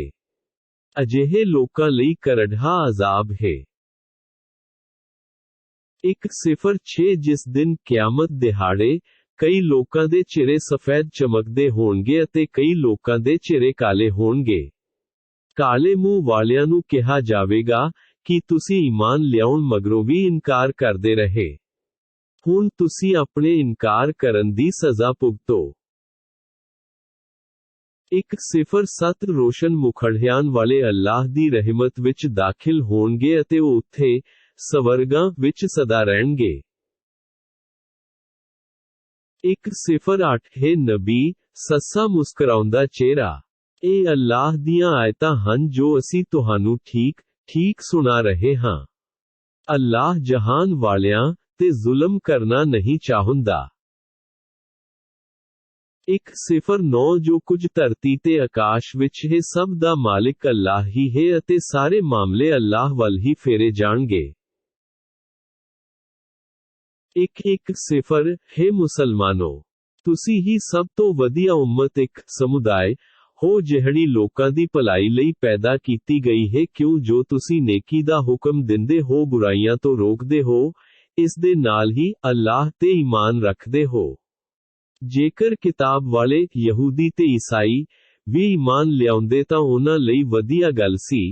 ਇਹਨਾਂ ਕਿਤਾਬ ਵਾਲਿਆਂ ਵਿੱਚ ਕੁਝ ਈਮਾਨ ਵਾਲੇ ਵੀ ਹਨ ਪਰ ਬਹੁਤੇ ਲੋਕ ਨਾ ਫਰਮਾਨ ਹਨ।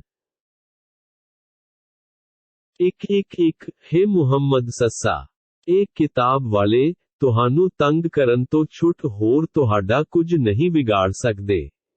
ਜੇਕਰ ਤੁਹਾਡੇ ਨਾਲ ਲੜਨ ਤਾਂ ਇਹ ਪਿੱਠ ਵਿਖਾ ਕੇ ਭੱਜ ਜਾਣਗੇ ਅਤੇ ਨਾ ਹੀ ਇਹਨਾਂ ਦੀ ਕਿਸੇ ਪਾਸਿਓਂ ਸਹਾਇਤਾ ਕੀਤੀ ਜਾਵੇਗੀ। 1:2 ਹਰ ਥਾਂ ਤੇ ਉਹਨਾਂ ਨੂੰ ਅਪਮਾਨ ਦੀ ਮਾਰ ਸਹਿਣੀ ਪਈ। ਇਹ ਵੱਖਰੀ ਗੱਲ ਹੈ ਕਿ ਕਿਤੇ ਅੱਲਾਹ ਦੇ ਨਾਂ ਤੇ ਜਾਂ ਲੋਕਾਂ ਦੀ ਸ਼ਰਨ ਵਿੱਚ ਆ ਕੇ ਬਚ ਜਾਣ। ਇਹ ਕਿਤਾਬ ਵਾਲੇ ਤਾਂ ਅੱਲਾਹ ਵੱਲੋਂ ਅਜ਼ਾਬ, ਸਜ਼ਾ ਦੇ ਹੱਕਦਾਰ ਹੋ ਗਏ ਹਨ, ਇਸ ਲਈ ਇਹਨਾਂ ਉੱਤੇ ਮੁਤਾਜਪੁਣਾ ਤੇ ਅਧੀਨਗੀ ਮੜ ਦਿੱਤੀ ਗਈ ਹੈ। ਇਸ ਦਾ ਕਾਰਨ ਇਹ ਹੈ ਕਿ ਇਹ ਲੋਕੀ ਅੱਲਾਹ ਦੀਆਂ ਆਇਤਾਂ ਦਾ ਇਨਕਾਰ ਕਰਦੇ ਸਨ ਅਤੇ ਨਬੀਆਂ ਨੂੰ ਨਾ ਹੱਕਾ ਕਤਲ ਕਰਦੇ ਸਨ, ਇਸ ਲਈ ਇਹ ਸਜ਼ਾ ਉਹਨਾਂ ਦੀਆਂ ਨਾਫਰਮਾਨੀਆਂ ਤੇ ਵਧੀਕੀਆਂ ਦਾ ਬਦਲਾ ਹੈ। 1:3 ਇਹ ਸਾਰੇ ਹੀ ਇੱਕੋ ਜਿਹੇ ਨਹੀਂ ਹਨ ਸਗੋਂ ਇਹਨਾਂ ਕਿਤਾਬ ਵਾਲਿਆਂ, ਯਹੂਦੀਆਂ ਵਿੱਚੋਂ ਇੱਕ ਗਰੋਹ ਅਜਿਹਾ ਵੀ ਹੈ ਜਿਹੜਾ ਹੱਕ ਤੇ ਖੜਹਣ ਵਾਲਾ ਹੈ। ਉਹ ਰਾਤਾਂ ਨੂੰ ਅੱਲਾਹ ਦੀਆਂ ਆਇਤਾਂ ਕੁਰਾਨ ਨੂੰ ਪੜ੍ਹਦਾ ਹੈ ਅਤੇ ਆਪਣੇ ਪਾਲਣਹਾਰ ਦੇ ਅੱਗੇ ਸਿਜਦਾ ਵੀ ਕਰਦਾ ਹੈ। 1:4 ਇਹ ਅੱਲਾਹ ਅਤੇ ਆਖਿਰਤ ਦੇ ਦਿਨ ਉੱਤੇ ਈਮਾਨ ਵੀ ਰੱਖਦੇ ਹਨ, ਨੇਕੀਆਂ ਦਾ ਹੁਕਮ ਦਿੰਦੇ ਹਨ ਅਤੇ ਬੁਰਾਈਆਂ ਤੋਂ ਰੋਕਦੇ ਹਨ ਅਤੇ ਨੇਕੀ ਦੇ ਕੰਮਾਂ ਵਿੱਚ ਦੂਜੇ ਨਾਲੋਂ ਅੱਗੇ ਵਧਣ ਵਿੱਚ ਛੇਤੀ ਕਰਦੇ ਹਨ। ਇਹ ਭਲੇ ਤੇ ਨੇਕ ਲੋਕਾਂ ਵਿੱਚੋਂ ਹਨ। 1:5 ਇਹ ਲੋਕ ਜੋ ਵੀ ਨੇਕੀ ਕਰਨਗੇ ਉਹਨਾਂ ਦੀ ਬੇਕਦਰੀ ਨਹੀਂ ਕੀਤੀ ਜਾਵੇਗੀ ਅਤੇ ਅੱਲਾਹ ਬੁਰਾਈਆਂ ਤੋਂ ਬਚਣ ਵਾਲਿਆਂ ਨੂੰ ਭਲੀ ਭਾਂਤ ਜਾਣਦਾ ਹੈ। 1:6 ਕਾਫਿਰਾਂ ਦੀ ਦੌਲਤ ਅਤੇ ਔਲਾਦ ਅੱਲਾਹ ਕੋਲ ਅਜ਼ਾਬ ਤੋਂ ਬਚਾਉਣ ਲਈ ਕਿਸੇ ਕੰਮ ਨਹੀਂ ਆਵੇਗੀ। ਇਹ ਲੋਕ ਤਾਂ ਨਰਕੀ ਹਨ ਅਤੇ ਸਦਾ ਉੱਥੇ ਰਹਿਣਗੇ। 1:7 ਇਹ ਕਾਫਿਰ ਇਸ ਸੰਸਾਰ ਵਿੱਚ ਜੋ ਖਰਚ ਕਰਦੇ ਹਨ ਉਸ ਦੀ ਮਿਸਾਲ ਤਾਂ ਉਸ ਹਨੇਰੀ ਵਾਂਗ ਹੈ ਜਿਸ ਵਿੱਚ ਪਾਲਾ ਹੋਵੇ ਅਤੇ ਉਹ ਉਹਨਾਂ ਦੀ ਖੇਤੀ ਉੱਤੇ ਚੱਲੇ। ਜਿਨ੍ਹਾਂ ਨੇ ਆਪਣੀਆਂ ਜਾਨਾਂ ਤੇ ਆਪ ਜ਼ੁਲਮ ਕੀਤਾ ਹੈ, ਉਸ ਦਾ ਸਤਿਆਨਾਸ਼ ਕਰ ਦੇਵੇ। ਅੱਲਾਹ ਨੇ ਇਹਨਾਂ ਤੇ ਜ਼ੁਲਮ ਨਹੀਂ ਕੀਤਾ ਸਗੋਂ ਇਹਨਾਂ ਕਾਫਿਰਾਂ ਨੇ ਤਾਂ ਆਪਣੇ ਆਪ ਤੇ ਹੀ ਜ਼ੁਲਮ ਕੀਤਾ ਹੈ। 1:8 ਹੈ ਈਮਾਨ ਵਾਲਿਓ, ਤੁਸੀਂ ਆਪਣੇ ਈਮਾਨ ਵਾਲਿਆਂ ਲੋਕਾਂ ਤੋਂ ਛੁੱਟ ਕਿਸੇ ਹੋਰ ਨੂੰ ਆਪਣਾ ਦੋਸਤ ਨਾ ਬਣਾਓ। ਦੂਜੇ ਲੋਕ ਯਹੂਦੀ ਤੁਹਾਨੂੰ ਬਰਬਾਦ ਕਰਨ ਵਿੱਚ ਕੋਈ ਕਸਰ ਨਹੀਂ ਛੱਡਦੇ। ਉਹ ਤਾਂ ਇਹੋ ਚਾਹੁੰਦੇ ਹਨ ਕਿ ਤੁਸੀਂ ਮੁਸੀਬਤਾਂ ਵਿੱਚ ਹੀ ਘਿਰੇ ਰਹੋ। ਉਹਨਾਂ ਦੀ ਦੁਸ਼ਮਣੀ ਤਾਂ ਉਹਨਾਂ ਦੀਆਂ ਗੱਲਾਂ ਤੋਂ ਹੀ ਪ੍ਰਗਟ ਹੋ ਚੁੱਕੀ ਹੈ ਅਤੇ ਜੋ ਈਰਖਾ ਉਹਨਾਂ ਦੇ ਮਨਾਂ ਵਿੱਚ ਲੁਕੀ ਹੋਈ ਹੈ ਉਹ ਹੋਰ ਵੀ ਵੱਧ ਕੇ ਹੈ। ਅਸੀਂ ਤਾਂ ਤੁਹਾਨੂੰ ਸਾਫ਼ ਹਿਦਾਇਤਾਂ ਦੇ ਛੱਡੀਆਂ ਹਨ। ਜੇ ਤੁਸੀਂ ਅਕਲ ਵਾਲੇ ਹੋ ਤਾਂ ਤੁਸੀਂ ਉਹਨਾਂ ਤੋਂ ਬਚ ਕੇ ਰਹੋ। 1:9 ਤੁਸੀਂ ਤਾਂ ਉਹਨਾਂ ਨਾਲ ਸਬੰਧ ਰੱਖਣਾ ਚਾਹੁੰਦੇ ਹੋ ਪਰ ਉਹ ਤੁਹਾਡੇ ਨਾਲ ਪ੍ਰੇਮ ਨਹੀਂ ਕਰਦੇ। ਤੁਸੀਂ ਸਾਰੀਆਂ ਆਕਾਸ਼ੀ ਕਿਤਾਬਾਂ ਨੂੰ ਮੰਨਦੇ ਹੋ, ਉਹ ਨਹੀਂ ਮੰਨਦੇ। ਫੇਰ ਇਹ ਪ੍ਰੇਮ ਕਿਹੋ ਜਿਹਾ ਹੈ? ਇਹ ਲੋਕ ਯਹੂਦੀ ਤੁਹਾਡੇ ਸਾਹਮਣੇ ਤਾਂ ਤੁਹਾਡੇ ਰਸੂਲ ਮੁਹੰਮਦ ਸੱਸਾ ਅਤੇ ਕੁਰਾਨ ਨੂੰ ਮੰਨਦੇ ਹਨ, ਪਰੰਤੂ ਜਦੋਂ ਇਕੱਲੇ ਹੁੰਦੇ ਹਨ ਤਾਂ ਕਰੋਧ ਵਿੱਚ ਆ ਕੇ ਆਪਣੇ ਉਂਗਲਾਂ ਚੱਬਣ ਲੱਗ ਜਾਂਦੇ ਹਨ। ਕਹਿ ਦਿਓ ਕਿ ਤੁਸੀਂ ਆਪਣੇ ਕਰੋਧ ਵਿੱਚ ਆਪ ਹੀ ਸੜ ਮਰੋ। ਅੱਲਾਹ ਦਿਲਾਂ ਦੇ ਭੇਤਾਂ ਨੂੰ ਭਲੀ ਭਾਂਤ ਜਾਣਦਾ ਹੈ। 1:2 ਜੇ ਤੁਹਾਡਾ ਈਮਾਨ ਵਾਲਿਆਂ ਦਾ ਕੋਈ ਭਲਾ ਹੁੰਦਾ ਹੈ ਤਾਂ ਉਹਨਾਂ ਨੂੰ ਭੈੜਾ ਲੱਗਦਾ ਹੈ, ਜੇ ਕੋਈ ਬਿਪਤਾ ਆ ਜਾਵੇ ਤਾਂ ਉਹ ਖੁਸ਼ ਹੁੰਦੇ ਹਨ। ਜੇ ਤੁਸੀਂ ਸਬਰ ਕਰੋ ਅਤੇ ਰੱਬ ਤੋਂ ਡਰਦੇ ਰਹੋ ਤਾਂ ਉਹਨਾਂ ਦਾ ਕੋਈ ਵੀ ਦਾਅ ਤੁਹਾਨੂੰ ਨੁਕਸਾਨ ਨਹੀਂ ਪਹੁੰਚਾ ਸਕਦਾ। ਅੱਲਾਹ ਨੇ ਉਹਨਾਂ ਦੀਆਂ ਕਰਤੂਤਾਂ ਨੂੰ ਆਪਣੇ ਘੇਰੇ ਵਿੱਚ ਲਿਆ ਹੋਇਆ ਹੈ। 1:2 ਹੈ ਨਬੀ, ਉਸ ਸਮੇਂ ਨੂੰ ਯਾਦ ਕਰੋ ਜਦੋਂ ਤੁਸੀਂ ਸਵੇਰੇ ਆਪਣੇ ਘਰੋਂ ਨਿਕਲੇ ਸੀ ਅਤੇ ਮੁਸਲਮਾਨਾਂ ਨੂੰ ਉਹਦ ਦੀ ਲੜਾਈ ਦੇ ਮੈਦਾਨ ਵਿੱਚ ਮੋਰਚਿਆਂ ਤੇ ਬਿਠਾ ਰਹੇ ਸੀ। ਅੱਲਾਹ ਸਾਰੀਆਂ ਗੱਲਾਂ ਜਾਣਦਾ ਹੈ ਅਤੇ ਸਭ ਕੁਝ ਸੁਣਨ ਵਾਲਾ ਹੈ। 1:2 ਯਾਦ ਕਰੋ ਜਦੋਂ ਤੁਹਾਡੇ ਵਿੱਚੋਂ 2 ਟੋਲੀਆਂ ਤਾਂ ਹਿੰਮਤ ਵੀ ਹਾਰ ਚੁੱਕੀਆਂ ਸਨ ਜਦੋਂ ਕਿ ਅੱਲਾਹ ਉਹਨਾਂ ਦਾ ਮਦਦ ਕਰਨ ਵਾਲਾ ਮੌਜੂਦ ਸੀ। ਸੋ ਈਮਾਨ ਵਾਲਿਆਂ ਨੂੰ ਉਸੇ ਅੱਲਾਹ ਦੀ ਪਾਕ ਜ਼ਾਤ ਤੇ ਭਰੋਸਾ ਰੱਖਣਾ ਚਾਹੀਦਾ ਹੈ।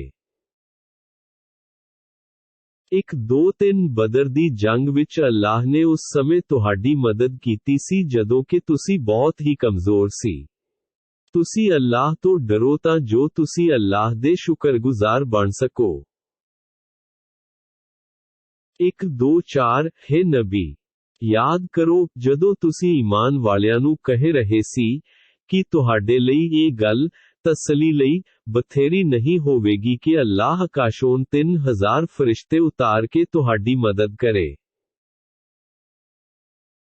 1:5 ਕਿਉਂ ਨਹੀਂ ਮਦਦ ਕਰੇਗਾ?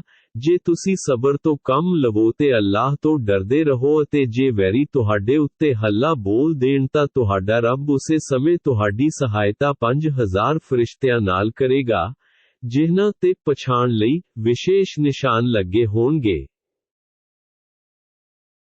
1:6 ਇਹ ਅੱਲਾਹ ਵੱਲੋਂ ਤੁਹਾਡੇ ਲਈ ਖੁਸ਼ਖਬਰੀ ਹੈ ਤਾਂ ਜੋ ਇਸ ਤੋਂ ਤੁਹਾਡੇ ਮਨਾਂ ਨੂੰ ਤਸੱਲੀ ਹੋਵੇ। ਮਦਦ ਤਾਂ ਅੱਲਾਹ ਵੱਲੋਂ ਹੀ ਹੁੰਦੀ ਹੈ ਜਿਹੜਾ ਡਾਢਾ ਜ਼ੋਰਾਵਰ ਤੇ ਹਿਕਮਤ ਵਾਲਾ ਹੈ। ਇੱਕ 2:7 ਇਹ ਰੱਬੀ ਸਹਾਇਤਾ ਇਸ ਲਈ ਸੀ ਕਿ ਅੱਲਾਹ ਕਾਫਿਰਾਂ ਦੀ ਇੱਕ ਜਮਾਤ ਨੂੰ ਮਾਰ ਮੁਕਾਵੇ ਜਾਂ ਉਹਨਾਂ ਨੂੰ ਜ਼ਲੀਲ ਕਰ ਦੇਵੇ ਅਤੇ ਫਿਰ ਉਹ ਸਾਰੇ ਨਾਮੁਰਾਦ ਹੋ ਕੇ ਪਿਛਾਂ ਮੱਕੇ ਨੂੰ ਮੁੜ ਜਾਣ। ਇੱਕ 2:8 ਹੇ ਮੁਹੰਮਦ, ਸੱਸਾ ਮੁਸਕਰਾਉਂਦਾ ਚਿਹਰਾ। ਤੁਹਾਡੇ ਵੱਸ ਵਿੱਚ ਕੁਝ ਵੀ ਨਹੀਂ। ਅੱਲਾਹ ਚਾਹੇ ਤਾਂ ਉਹਨਾਂ ਦੀ ਤੌਬਾ ਨੂੰ ਕਬੂਲ ਕਰ ਲਵੇ ਜਾਂ ਅਜ਼ਾਬ, ਸਜ਼ਾ ਦੇ ਦੇਵੇ ਕਿਉਂ ਜੋ ਉਹ ਲੋਕ ਜ਼ਾਲਮ ਹਨ। ਇੱਕ 2:9 ਆਕਾਸ਼ ਤੇ ਧਰਤੀ ਵਿੱਚ ਜੋ ਕੁਝ ਵੀ ਹੈ ਉਹ ਸਭ ਅੱਲਾਹ ਦਾ ਹੀ ਹੈ, ਜਿਸ ਨੂੰ ਚਾਹੇ ਉਸ ਨੂੰ ਬਖਸ਼ ਦੇਵੇ, ਚਾਹੇ ਤਾਂ ਅਜ਼ਾਬ, ਸਜ਼ਾ ਦੇ ਦੇਵੇ। ਅੱਲਾਹ ਬਖਸ਼ਿਸ਼ ਕਰਨ ਵਾਲਾ ਤੇ ਮਿਹਰਬਾਨ ਹੈ। ਇੱਕ 3:0 ਹੈ ਈਮਾਨ ਵਾਲਿਓ, ਵਧਾ ਚੜਾ ਕੇ ਸੂਦ ਨਾ ਖਾਓ, ਅੱਲਾਹ ਤੋਂ ਡਰੋ ਤਾਂ ਜੋ ਤੁਹਾਨੂੰ ਨਰਕ ਦੀ ਅੱਗ ਤੋਂ ਬਚਾਇਆ ਜਾ ਸਕੇ। ਇੱਕ 3:1 ਅਤੇ ਉਸ ਅੱਗ ਤੋਂ ਡਰੋ ਜਿਹੜੀ ਕਾਫਿਰਾਂ ਲਈ ਤਿਆਰ ਕੀਤੀ ਗਈ ਹੈ। 1 ਇੱਕ 3:2 ਅੱਲਾਹ ਅਤੇ ਉਸ ਦੇ ਰਸੂਲ ਮੁਹੰਮਦ ਦੀ ਆਗਿਆ ਦੀ ਪਾਲਣਾ ਕਰੋ ਤਾਂ ਜੋ ਤੁਹਾਡੇ ਤੇ ਰਹਿਮ ਕੀਤਾ ਜਾਵੇ। 1 ਇੱਕ 3:3 ਆਪਣੇ ਰੱਬ ਦੀ ਬਖਸ਼ਿਸ਼ ਅਤੇ ਉਸ ਸਵਰਗ ਵੱਲ ਨਸ ਕੇ ਜਾਓ ਜਿਸ ਦਾ ਫੈਲਾਓ ਆਕਾਸ਼ਾਂ ਤੇ ਧਰਤੀ ਦੇ ਬਰਾਬਰ ਹੈ, ਜਿਹੜੀ ਰੱਬ ਤੋਂ ਡਰਨ ਵਾਲਿਆਂ ਲਈ ਬਣਾਈ ਗਈ ਹੈ। ਇੱਕ 3:4 ਜਿਹੜੇ ਲੋਕ ਖੁਸ਼ਹਾਲੀ ਜਾਂ ਮੰਦਹਾਲੀ ਵੇਲੇ ਰੱਬ ਦੀ ਰਾਹ ਵਿੱਚ ਖਰਚ ਕਰਦੇ ਹਨ, ਗੁੱਸੇ ਨੂੰ ਪੀ ਜਾਣ ਵਾਲੇ ਹਨ ਅਤੇ ਲੋਕਾਂ ਦੀਆਂ ਭੁੱਲਾਂ ਨੂੰ ਮੁਆਫ ਕਰਨ ਵਾਲੇ ਹਨ। ਅਜਿਹੇ ਨੇਕ ਲੋਕਾਂ ਨੂੰ ਹੀ ਅੱਲਾਹ ਪਸੰਦ ਕਰਦਾ ਹੈ। 2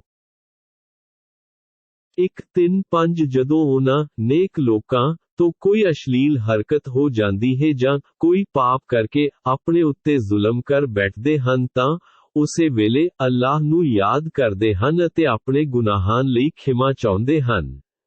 ਹਕੀਕਤ ਵਿੱਚ ਅੱਲਾਹ ਤੋਂ ਛੁੱਟ ਹੋਰ ਕੌਣ ਹੈ ਜਿਹੜਾ ਗੁਨਾਹਾਂ ਨੂੰ ਬਖਸ਼ ਸਕਦਾ ਹੈ ਅਤੇ ਇਹ ਨੇਕ ਲੋਕ ਜਾਣਦੇ ਹੋਏ ਆਪਣੀ ਕਰਨੀ ਉੱਤੇ ਅੜੀ ਨਹੀਂ ਕਰਦੇ। ਇੱਕ 3:6 ਅਜਿਹੇ ਨੇਕ ਲੋਕਾਂ ਦਾ ਬਦਲਾ ਉਹਨਾਂ ਦੇ ਰੱਬ ਵੱਲੋਂ ਉਹਨਾਂ ਦੀ ਬਖਸ਼ਿਸ਼ ਹੈ ਅਤੇ ਜੰਨਤਾਂ ਦੇ ਬਾਗ ਹਨ ਜਿਨ੍ਹਾਂ ਹੇਠ ਨਹਿਰਾਂ ਵਗਦੀਆਂ ਹਨ ਜਿਨ੍ਹਾਂ ਵਿੱਚ ਉਹ ਸਦਾ ਰਹਿਣਗੇ। ਕਿੰਨਾ ਵਧੀਆ ਬਦਲਾ ਹੈ ਉਹਨਾਂ ਨੇਕ ਕੰਮ ਕਰਨ ਵਾਲਿਆਂ ਦਾ। ਇੱਕ 3:7 ਤੁਹਾਥੋਂ ਪਹਿਲਾਂ ਵੀ, ਹੇ ਨਬੀ, ਅਜਿਹੀਆਂ ਘਟਨਾਵਾਂ ਹੋ ਚੁੱਕੀਆਂ ਹਨ, ਸੋ ਤੁਸੀਂ ਧਰਤੀ ਤੇ ਘੁੰਮ ਫਿਰ ਕੇ ਵੇਖੋ ਕਿ ਰੱਬੀ ਫਰਮਾਨ ਨੂੰ ਝੁਠਲਾਉਣ ਵਾਲਿਆਂ ਦਾ ਅੰਤ ਕੀ ਹੋਇਆ ਸੀ। ਇੱਕ 3:8 ਆਮ ਲੋਕਾਂ ਲਈ ਤਾਂ ਇਹ ਕੁਰਾਨ ਕੇਵਲ ਇੱਕ ਕਿਤਾਬ ਹੈ ਪਰ ਰੱਬ ਤੋਂ ਡਰਨ ਵਾਲਿਆਂ ਲਈ ਇਹ ਹਿਦਾਇਤ ਤੇ ਨਸੀਹਤ ਹੈ।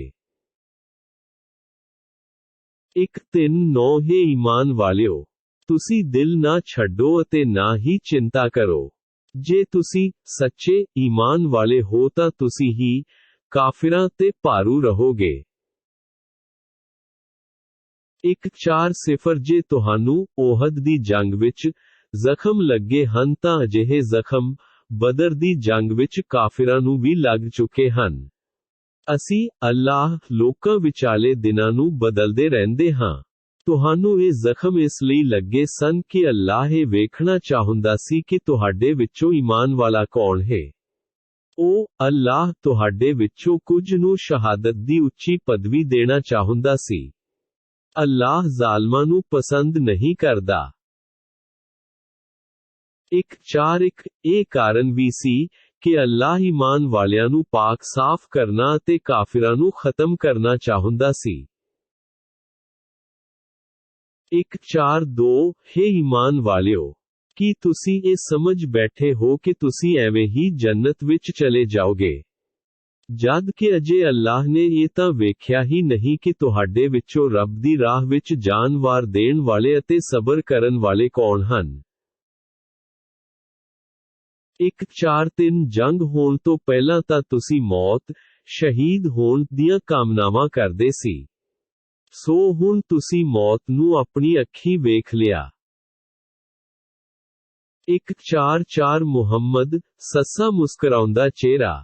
ਕੇਵਲ ਇੱਕ ਰਸੂਲ ਹੀ ਹਨ, ਇਹਨਾਂ ਤੋਂ ਪਹਿਲਾਂ ਵੀ ਬਹੁਤ ਸਾਰੇ ਰਸੂਲ ਹੋ ਚੁੱਕੇ ਹਨ। ਜੇ ਇਹਨਾਂ ਮੁਹੰਮਦ ਸੱਸਾ ਮੁਸਕਰਾਉਂਦਾ ਚਿਹਰਾ ਦਾ ਦੇਹਾਂਤ ਹੋ ਜਾਵੇ ਜਾਂ ਇਹ ਸ਼ਹੀਦ ਹੋ ਜਾਣ ਤਾਂ ਕੀ ਤੁਸੀਂ ਇਸਲਾਮ ਤੋਂ ਆਪਣੇ ਪੈਰ ਪਿੱਛੇ ਖਿੱਚ ਲਵੋਗੇ? ਜਿਹੜਾ ਇਸਲਾਮ ਤੋਂ ਪਿਛਲੇ ਪੈਰੀ ਫਿਰੇਗਾ ਤਾਂ ਉਹ ਅੱਲਾਹ ਦਾ ਹੁਕਮ ਹੀ ਕੁਝ ਨਹੀਂ ਵਿਗਾੜ ਸਕੇਗਾ। ਅੱਲਾਹ ਛੇਤੀ ਹੀ ਹਰ ਹਾਲ ਵਿੱਚ ਰੱਬ ਦਾ ਸ਼ੁਕਰ ਕਰਨ ਵਾਲਿਆਂ ਨੂੰ ਵਧੀਆ ਬਦਲਾ ਦੇਵੇਗਾ। 1:4-5 ਅੱਲਾਹ ਦੀ ਆਗਿਆ ਤੋਂ ਬਿਨਾਂ ਕੋਈ ਜੀਵ ਮਰ ਨਹੀਂ ਸਕਦਾ। ਉਸਨੇ ਸਭ ਦੀ ਮੌਤ ਦਾ ਸਮਾਂ ਲਿਖਿਆ ਹੋਇਆ ਹੈ। ਸੰਸਾਰ ਦੀ ਇੱਛਾ ਰੱਖਣ ਵਾਲਿਆਂ ਨੂੰ ਅਸੀਂ ਦੁਨੀਆ ਵਿੱਚ ਹੀ ਕੁਝ ਦੇ ਦਿੰਦੇ ਹਾਂ ਅਤੇ ਜਿਹੜੇ ਆਖਿਰਤ ਵਿੱਚ ਬਦਲਾ ਚਾਹੁੰਦੇ ਹਨ ਤਾਂ ਉਹਨਾਂ ਨੂੰ ਆਖਿਰਤ ਵਿੱਚ ਦੇ ਦਿੰਦੇ ਹਾਂ ਅਤੇ ਰੱਬ ਦਾ ਸ਼ੁਕਰ ਕਰਨ ਵਾਲਿਆਂ ਨੂੰ ਅਸੀਂ ਚੰਗਾ ਬਦਲਾ ਦੇਵਾਂਗੇ। 1:4-6 ਕਿੰਨੇ ਹੀ ਨਬੀ ਅਜਿਹੇ ਹੋ ਚੁੱਕੇ ਹਨ ਜਿਨ੍ਹਾਂ ਨਾਲ ਮਿਲ ਕੇ ਬਹੁਤ ਸਾਰੇ ਅੱਲਾਹ ਵਾਲਿਆਂ ਨੇ ਜਿਹਾਦ ਕੀਤਾ ਰੋਏ। ਉਹਨਾਂ ਨੂੰ ਵੀ ਅੱਲਾਹ ਦੀ ਰਾਹ ਵਿੱਚ ਮੁਸੀਬਤਾਂ ਦਾ ਸਾਹਮਣਾ ਕਰਨਾ ਪਿਆ ਪਰੰਤੂ ਨਾ ਤਾਂ ਉਹਨਾਂ ਨੇ ਹਿੰਮਤ ਹੀ ਹਾਰੀ, ਨਾ ਹੀ ਕਮਜ਼ੋਰੀ ਵਿਖਾਈ ਅਤੇ ਨਾ ਹੀ ਕਾਫਿਰਾਂ ਅੱਗੇ ਨੀਵੇਂ ਹੋਏ। ਅੱਲਾਹ ਅਜਿਹੇ ਸਬਰ ਕਰਨ ਵਾਲਿਆਂ ਨੂੰ ਹੀ ਪਸੰਦ ਕਰਦਾ ਹੈ। 1:4-7 ਨੇਕ ਲੋਕ ਤਾਂ ਇਹੋ ਕਹਿੰਦੇ ਹਨ ਕਿ ਇਹ ਸਾਡੇ ਪਾਲਣਹਾਰ ਸਾਡੇ ਗੁਨਾਹਾਂ ਨੂੰ ਬਖਸ਼ ਦੇ ਅਤੇ ਸਾਥੋਂ ਸਾਡੇ ਕੰਮਾਂ ਵਿੱਚ ਜੋ ਤੇਰੇ ਹੁਕਮਾਂ ਦੀ ਉਲੰਘਣਾ ਹੋਈ ਰੁਪਏ ਉਸ ਨੂੰ ਵੀ ਮੁਆਫ ਕਰ ਦੇ ਅਤੇ ਸਾਡੇ ਪੈਰਾਂ ਨੂੰ ਜਿਹਾਦ ਕਰਨ ਵੇਲੇ ਜਮਾ ਦੇ ਅਤੇ ਕਾਫਿਰਾਂ ਦੇ ਮੁਕਾਬਲੇ ਸਾਡੀ ਮਦਦ ਫਰਮਾ। 1:4-8 ਅੱਲਾਹ ਨੇ ਉਹਨਾਂ ਲੋਕਾਂ ਨੂੰ ਦੁਨੀਆ ਵਿੱਚ ਵੀ ਬਦਲਾ ਦਿੱਤਾ ਅਤੇ ਆਖਿਰਤ ਵਿੱਚ ਬਦਲਾ ਇਸ ਦੁਨੀਆ ਤੋਂ ਸੋਹਣਾ ਬਖਸ਼ੇਗਾ। ਅੱਲਾਹ ਨੇਕ ਲੋਕਾਂ ਨੂੰ ਹੀ ਆਪਣਾ ਮਿੱਤਰ ਬਣਾਉਂਦਾ ਹੈ। 1:4-9 ਹੇ ਈਮਾਨ ਵਾਲਿਓ, ਜੇ ਤੁਸੀਂ ਕਾਫਿਰਾਂ ਦੀਆਂ ਗੱਲਾਂ ਮੰਨੋਗੇ ਤਾਂ ਇਹ ਤੁਹਾਨੂੰ ਪੁੱਠੇ ਫੇਰ ਲੈ ਜਾਣਗੇ। ਇੱਕ ਭਾਵ ਤੁਹਾਨੂੰ ਮੁੜ ਕਾਫਿਰ ਬਣਾ ਦੇਣਗੇ, ਫੇਰ ਤੁਸੀਂ ਨਾ ਮੁਰਾਦ ਹੋ ਜਾਓਗੇ। 1:5 ਹਕੀਕਤ ਵਿੱਚ ਅੱਲਾਹ ਹੀ ਤੁਹਾਡਾ ਹਮਾਇਤੀ ਹੈ ਅਤੇ ਉਹੀਓ ਸਭ ਤੋਂ ਵਧੀਆ ਮਦਦ ਕਰਨ ਵਾਲਾ ਹੈ। 1:5 ਅਸੀਂ ਅੱਲਾਹ ਛੇਤੀ ਹੀ ਕਾਫਿਰਾਂ ਦੇ ਮਨਾਂ ਵਿੱਚ ਤੁਹਾਡਾ ਰੋਅਬ ਬਿਠਾਣ ਦੇਵਾਂਗੇ ਇਸ ਲਈ ਕਿ ਇਹ ਲੋਕੀ ਅੱਲਾਹ ਦੇ ਨਾਲ ਉਹਨਾਂ ਨੂੰ ਵੀ ਰੱਬ ਦੀ ਖੁਦਾਈ ਵਿੱਚ ਸ਼ਰੀਕ ਕਰਦੇ ਹਨ ਜਿਸ ਦੀ ਕੋਈ ਵੀ ਦਲੀਲ ਰੱਬ ਵੱਲੋਂ ਨਹੀਂ ਉਤਾਰੀ ਗਈ। ਉਹਨਾਂ ਦਾ ਟਿਕਾਣਾ ਨਰਕ ਹੀ ਹੈ ਅਤੇ ਇਹ ਇਹਨਾਂ ਸ਼ਿਰਕ ਕਰਨ ਵਾਲੇ ਜ਼ਾਲਮਾਂ ਲਈ ਭੈੜੀ ਜਗ੍ਹਾ ਹੈ। 1:5-2 ਹੈ ਨਬੀ, ਬੇਸ਼ੱਕ ਅੱਲਾਹ ਨੇ ਤੁਹਾਡੇ ਨਾਲ ਮਦਦ ਕਰਨ ਦਾ ਕੀਤਾ ਹੋਇਆ ਬਚਨ ਪੂਰੀ ਤਰ੍ਹਾਂ ਨਿਭਾਇਆ ਜਦੋਂ ਤੁਸੀਂ ਉਹਦ ਵਿੱਚ ਉਸ ਦੇ ਹੁਕਮ ਨਾਲ ਕਾਫਿਰਾਂ ਨੂੰ ਕਤਲ ਕਰ ਰਹੇ ਸੀ। ਪਰ ਜਦੋਂ ਤੁਸੀਂ ਕਮਜ਼ੋਰੀ ਵਿਖਾਈ ਅਤੇ ਆਪਣੇ ਕੰਮਾਂ ਵਿੱਚ ਇੱਕ ਦੂਜੇ ਨਾਲ ਮਤਭੇਦ ਕੀਤਾ ਅਤੇ ਜਿਵੇਂ ਹੀ ਅੱਲਾਹ ਨੇ ਤੁਹਾਨੂੰ ਗਨੀਮਤ ਦੇ ਮਾਲ ਦੀ ਝਲਕ ਵਿਖਾਈ ਜਿਸ ਨਾਲ ਤੁਸੀਂ ਮੁਹੱਬਤ ਕਰਦੇ ਸੀ ਤਾਂ ਤੁਸੀਂ ਰਸੂਲ ਦੀ ਨਾ ਫਰਮਾਨੀ ਕੀਤੀ। ਇਹ ਇਸ ਲਈ ਕਿ ਤੁਹਾਡੇ ਵਿੱਚੋਂ ਕੁਝ ਲੋਕ ਦੁਨੀਆ ਨੂੰ ਚਾਹੁੰਦੇ ਸੀ ਅਤੇ ਕੁਝ ਆਖਿਰਤ ਦੇ ਹੀ ਇੱਛੁਕ ਸਨ। ਫਿਰ ਅੱਲਾਹ ਨੇ ਤੁਹਾਨੂੰ ਕਾਫਿਰਾਂ ਦੇ ਮੁਕਾਬਲੇ ਵਿੱਚ ਪਰਾਜਿਤ ਕਰ ਦਿੱਤਾ ਤਾਂ ਜੋ ਤੁਹਾਡੀ ਅਜ਼ਮਾਇਸ਼ ਕਰੇ। ਫਿਰ ਵੀ ਅੱਲਾਹ ਨੇ ਤੁਹਾਡੀਆਂ ਗਲਤੀਆਂ ਨੂੰ ਮੁਆਫ ਕਰ ਦਿੱਤਾ। ਅੱਲਾਹ ਈਮਾਨ ਵਾਲਿਆਂ ਤੇ ਬਹੁਤ ਹੀ ਵੱਡੀ ਮਿਹਰ ਕਰਦਾ ਹੈ। 1:5-3 ਯਾਦ ਕਰੋ ਜਦੋਂ ਤੁਸੀਂ ਹਾਰ ਦੇ ਕਾਰਨ ਮੈਦਾਨ ਵਿੱਚੋਂ ਭੱਜੇ ਜਾ ਰਹੇ ਸੀ ਅਤੇ ਕਿਸੇ ਵੱਲ ਮੁੜ ਕੇ ਵੇਖਦੇ ਵੀ ਨਹੀਂ ਸੀ ਅਤੇ ਰਸੂਲ ਹਜ਼ਰਤ ਮੁਹੰਮਦ ਤੁਹਾਡੇ ਪਿੱਛੇ ਤੁਹਾਨੂੰ ਸੱਦ ਰਹੇ ਸੀ। ਫਿਰ ਅੱਲਾਹ ਨੇ ਤੁਹਾਨੂੰ ਉੱਪਰ ਥੱਲੇ ਦੁੱਖ ਇਸ ਲਈ ਦਿੱਤੇ ਤਾਂ ਜੋ ਤੁਸੀਂ ਸਿੱਖਿਆ ਪ੍ਰਾਪਤ ਕਰ ਸਕੋਨ ਕਿ ਜੋ ਵੀ ਤੁਹਾਡੇ ਹੱਥੋਂ ਖੁੱਸ ਜਾਵੇ ਜਾਂ ਤੁਹਾਡੇ ਤੇ ਕੋਈ ਮੁਸੀਬਤ ਆ ਜਾਵੇ ਉਸ ਉੱਤੇ ਤੁਹਾਨੂੰ ਉਦਾਸ ਹੋਣ ਦੀ ਕੋਈ ਲੋੜ ਨਹੀਂ। ਅੱਲਾਹ ਤੁਹਾਡੇ ਅਮਲਾਂ ਤੋਂ ਪੂਰੀ ਤਰ੍ਹਾਂ ਜਾਣੂ ਹੈ। 1:5-4 ਫਿਰ ਉਸ ਅੱਲਾਹ ਨੇ ਕਸ਼ਟ ਮਗਰੋਂ ਤੁਹਾਡੇ ਤੇ ਸੰਤੋਖ ਨਾਜ਼ਿਲ ਕੀਤਾ ਅਤੇ ਤੁਹਾਡੇ ਵਿੱਚੋਂ ਇੱਕ ਟੋਲੇ ਨੂੰ ਉਂਗਾਉਣ ਲੱਗ ਪਈ। ਹਾਂ ਇਹਨਾਂ ਵਿੱਚੋਂ ਕੁਝ ਅਜਿਹੇ ਲੋਕ ਵੀ ਸਨ ਜਿਨ੍ਹਾਂ ਨੂੰ ਆਪਣੀਆਂ ਜਾਨਾਂ ਦੀ ਚਿੰਤਾ ਲੱਗੀ ਹੋਈ ਸੀ। ਇਹ ਲੋਕ ਅੱਲਾਹ ਪ੍ਰਤੀ ਤਰ੍ਹਾਂ ਦੀਆਂ ਅਗਿਆਨਤਾ ਭਰੀਆਂ ਗੱਲਾਂ ਕਰ ਰਹੇ ਸਨ ਕਿ ਸਾਨੂੰ ਵੀ ਰੱਬ ਨੇ ਕੋਈ ਅਧਿਕਾਰ ਦਿੱਤਾ ਹੈ।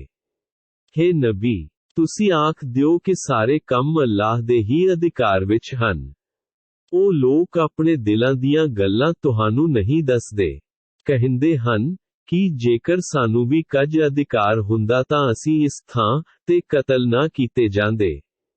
ਹੇ ਨਬੀ, ਤੁਸੀਂ ਆਖ ਦਿਓ ਕਿ ਜੇ ਤੁਸੀਂ ਆਪਣੇ ਘਰਾਂ ਵਿੱਚ ਹੁੰਦੇ ਫੇਰ ਵੀ ਜਿਨ੍ਹਾਂ ਦੀ ਤਕਦੀਰ ਵਿੱਚ ਕਤਲ ਹੋਣਾ ਸੀ ਉਹ ਆਪਣੇ ਮਰਨ ਟਿਕਾਣਿਆਂ ਵੱਲ ਆਪ ਹੀ ਨਿਕਲ ਆਉਂਦੇ।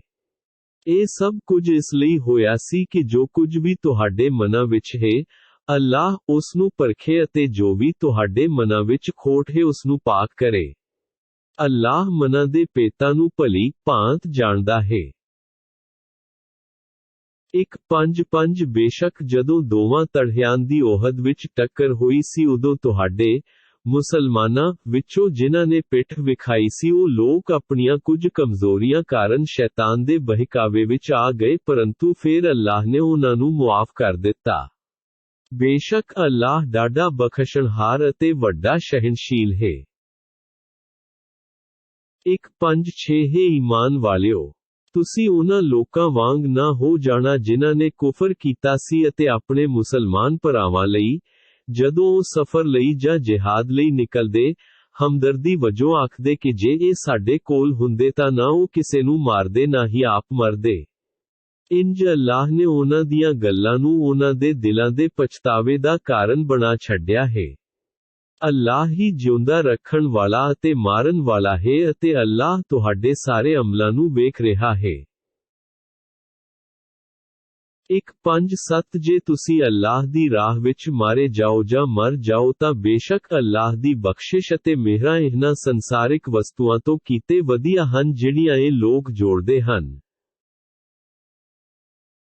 1:8 ਭਾਵੇਂ ਤੁਸੀਂ ਆਪਣੀ ਮੌਤ ਆਪ ਮਰੋ ਜਾਂ ਤੁਸੀਂ ਮਾਰੇ ਜਾਓ, ਤੁਸਾਂ ਇਕੱਠੇ ਤਾਂ ਅੱਲਾਹ ਕੋਲ ਹੀ ਕੀਤੇ ਜਾਓਗੇ। 1:9 ਹੇ ਮੁਹੰਮਦ ਸੱਸਾ, ਅੱਲਾਹ ਦੀ ਮਿਹਰ ਸਦਕਾ ਤੁਸੀਂ ਇਹਨਾਂ ਲੋਕਾਂ ਪ੍ਰਤੀ ਨਰਮ ਸੁਭਾਅ ਵਾਲੇ ਹੋ। ਜੇਕਰ ਤੁਸੀਂ ਕੌੜੀ ਜ਼ੁਬਾਨ ਅਤੇ ਕਠੋਰ ਦਿਲ ਵਾਲੇ ਹੁੰਦੇ ਤਾਂ ਇਹ ਸਾਰੇ ਲੋਕ ਤੁਹਾਡੇ ਆਲੇ ਦੁਆਲੇ ਤੋਂ ਖਿੰਡ ਜਾਂਦੇ। ਸੋ ਤੁਸੀਂ ਇਹਨਾਂ ਦੀਆਂ ਭੁੱਲਾਂ ਨੂੰ ਮੁਆਫ ਕਰ ਦੇਵੋ ਅਤੇ ਇਹਨਾਂ ਲਈ ਰੱਬ ਤੋਂ ਮੁਆਫੀ ਦੀ ਅਰਦਾਸ ਕਰੋ ਅਤੇ ਇਹਨਾਂ ਤੋਂ ਸਲਾਹ ਮਸ਼ਵਰਾ ਲੈ ਲਿਆ ਕਰੋ। ਫਿਰ ਜਦੋਂ ਤੁਹਾਡਾ ਇਰਾਦਾ ਮਸ਼ਵਰੇ ਤੋਂ ਮਗਰੋਂ ਕਿਸੇ ਸੁਝਾਅ ਤੇ ਪੱਕਾ ਹੋ ਜਾਵੇ ਤਾਂ ਫਿਰ ਉਸ ਤੇ ਅਮਲ ਕਰਦੇ ਹੋਏ ਅੱਲਾਹ ਉੱਤੇ ਭਰੋਸਾ ਕਰੋ। ਬੇਸ਼ੱਕ ਅੱਲਾਹ ਭਰੋਸਾ ਕਰਨ ਵਾਲਿਆਂ ਨੂੰ ਪਸੰਦ ਕਰਦਾ ਹੈ।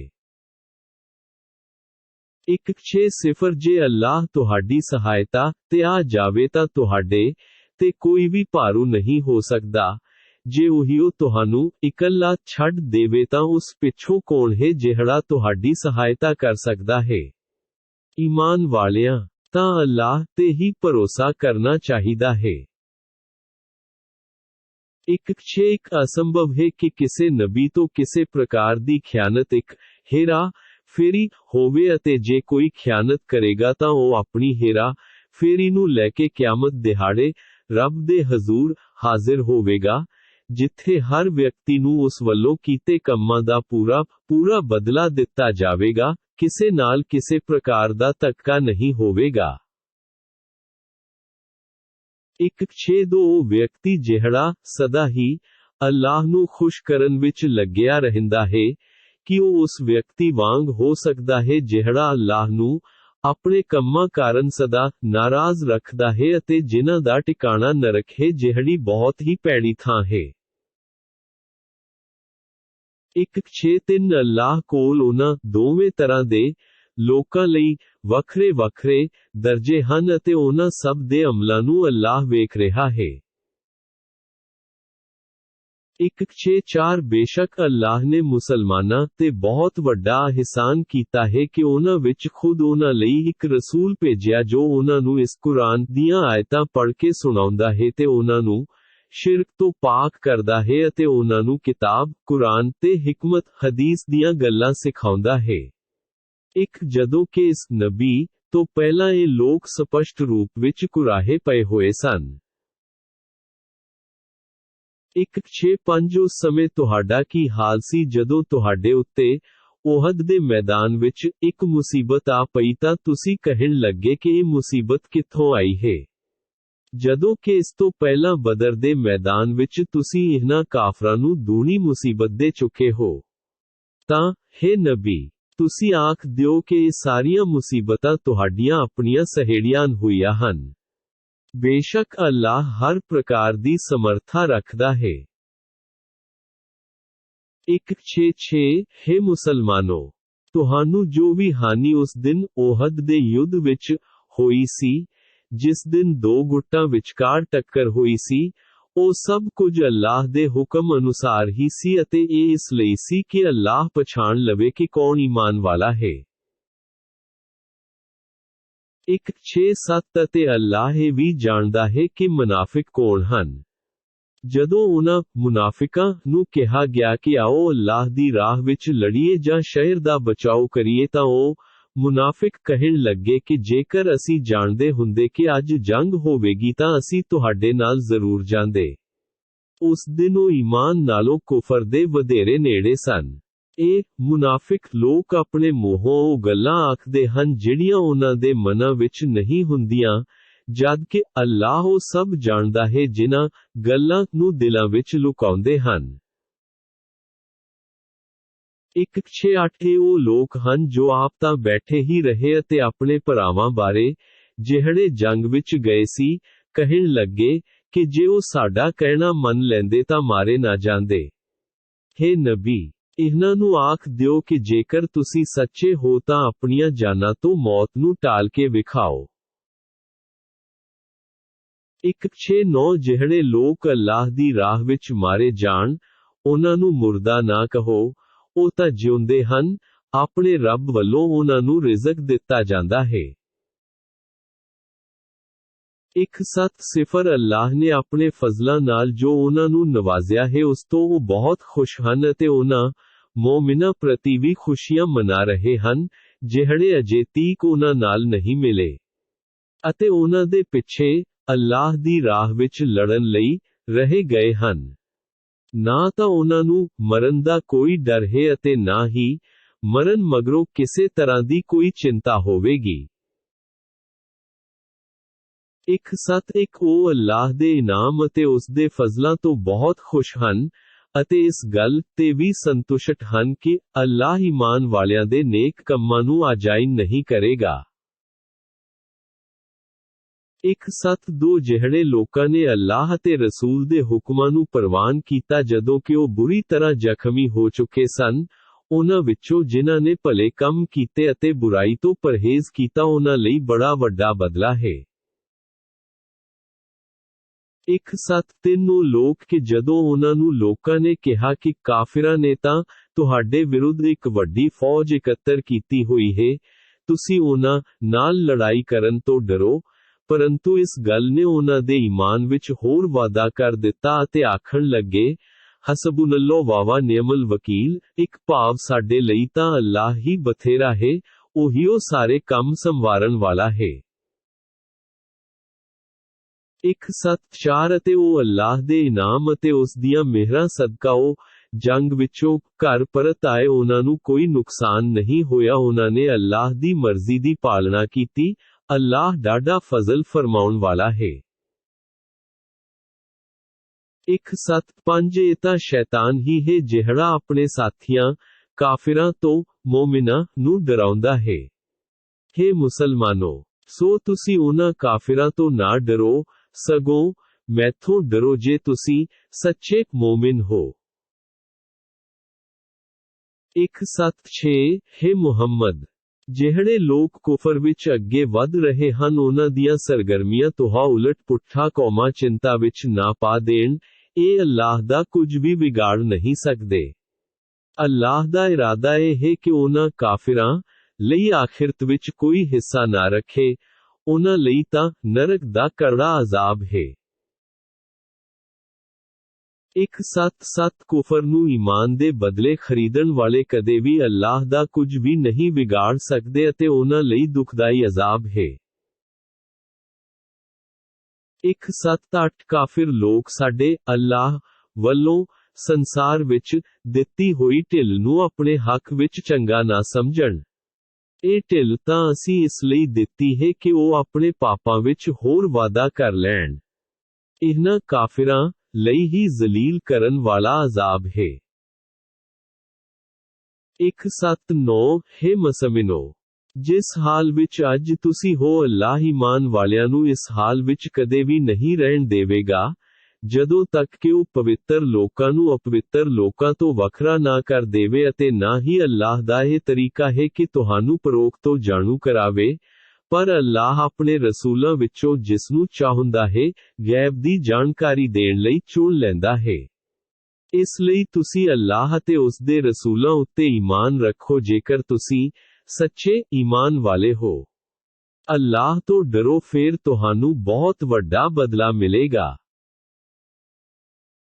180 ਜਿਨ੍ਹਾਂ ਲੋਕਾਂ ਨੂੰ ਅੱਲਾਹ ਨੇ ਆਪਣੇ ਫਜ਼ਲਾਂ ਨਾਲ ਨਵਾਜ਼ਿਆ ਹੋਇਆ ਹੈ, ਫੇਰ ਉਹ ਇਸ ਵਿੱਚ ਕੰਜੂਸੀ ਕਰਦੇ ਹਨ, ਉਹ ਆਪਣੀ ਇਸ ਕੰਜੂਸੀ ਨੂੰ ਆਪਣੇ ਲਈ ਵਧੀਆ ਨਾ ਸਮਝਣ, ਸਗੋਂ ਇਹ ਕੰਜੂਸੀ ਉਹਨਾਂ ਲਈ ਬਹੁਤ ਹੀ ਭੈੜੀ ਸਿੱਧ ਹੋਵੇਗੀ।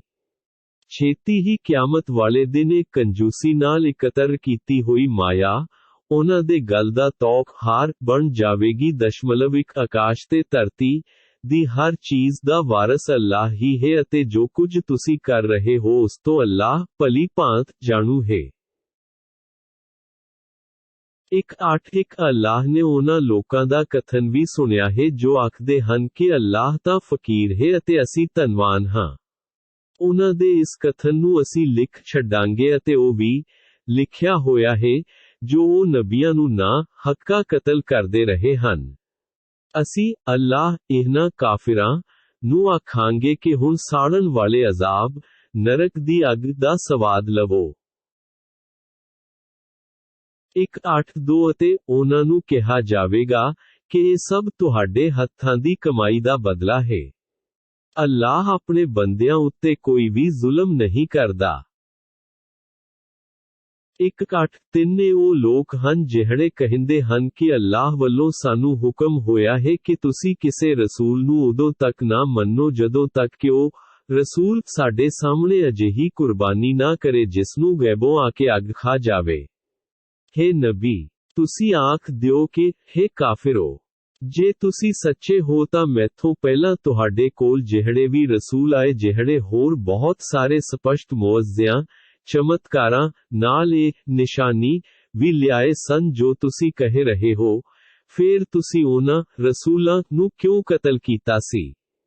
ਜਵਾਬ ਦਿਓ, ਜੇ ਤੁਸੀਂ ਸੱਚੇ ਹੋ। 184 ਹੇ ਮੁਹੰਮਦ, ਜੇ ਇਹ ਲੋਕ ਤੁਹਾਨੂੰ ਨਹੀਂ ਮੰਨਦੇ ਤਾਂ ਕੀ ਹੋਇਆ? ਤੁਹਾਥੋਂ ਪਹਿਲਾਂ ਵੀ ਬਹੁਤ ਸਾਰੇ ਉਹਨਾਂ ਰਸੂਲਾਂ ਨੂੰ ਝੁਠਲਾ ਚੁੱਕੇ ਹਨ ਜਿਹੜੇ ਸਪਸ਼ਟ ਨਿਸ਼ਾਨੀਆਂ, ਸਹੀਫੇ, ਛੋਟੀਆਂ-ਛੋਟੀਆਂ ਪੋਥੀਆਂ ਅਤੇ ਚਾਨਣ ਫੈਲਾਉਣ ਵਾਲੀਆਂ ਕਿਤਾਬਾਂ ਲੈ ਕੇ ਆਏ ਸਨ। 185 ਹੇ ਲੋਕੋ, ਅੰਤ ਨੂੰ ਹਰ ਜੀਵ ਨੇ ਮੌਤ ਦਾ ਸਵਾਦ ਚਖਣਾ ਹੈ, ਭਾਵ ਮਰ ਜਾਣਾ ਹੈ। ਕਿਆਮਤ ਵਾਲੇ ਦਿਨ ਤੁਹਾਨੂੰ ਆਪਣੇ ਕੀਤੇ ਕੰਮਾਂ ਦਾ ਪੂਰਾ ਬਦਲਾ ਦਿੱਤਾ ਜਾਵੇਗਾ। ਹਾਂ, ਜਿਹੜੇ ਵਿਅਕਤੀ ਨੂੰ ਅੱਗ ਤੋਂ ਬਚਾ ਲਿਆ ਜਾਵੇ ਅਤੇ ਸਵਰਗ ਵਿੱਚ ਦਾਖਲ ਕਰ ਦਿੱਤਾ ਜਾਵੇ, ਉਹੀ ਉਹ ਵਿਅਕਤੀ ਅਸਲ ਵਿੱਚ ਕਾਮਯਾਬ ਹੋਵੇਗਾ।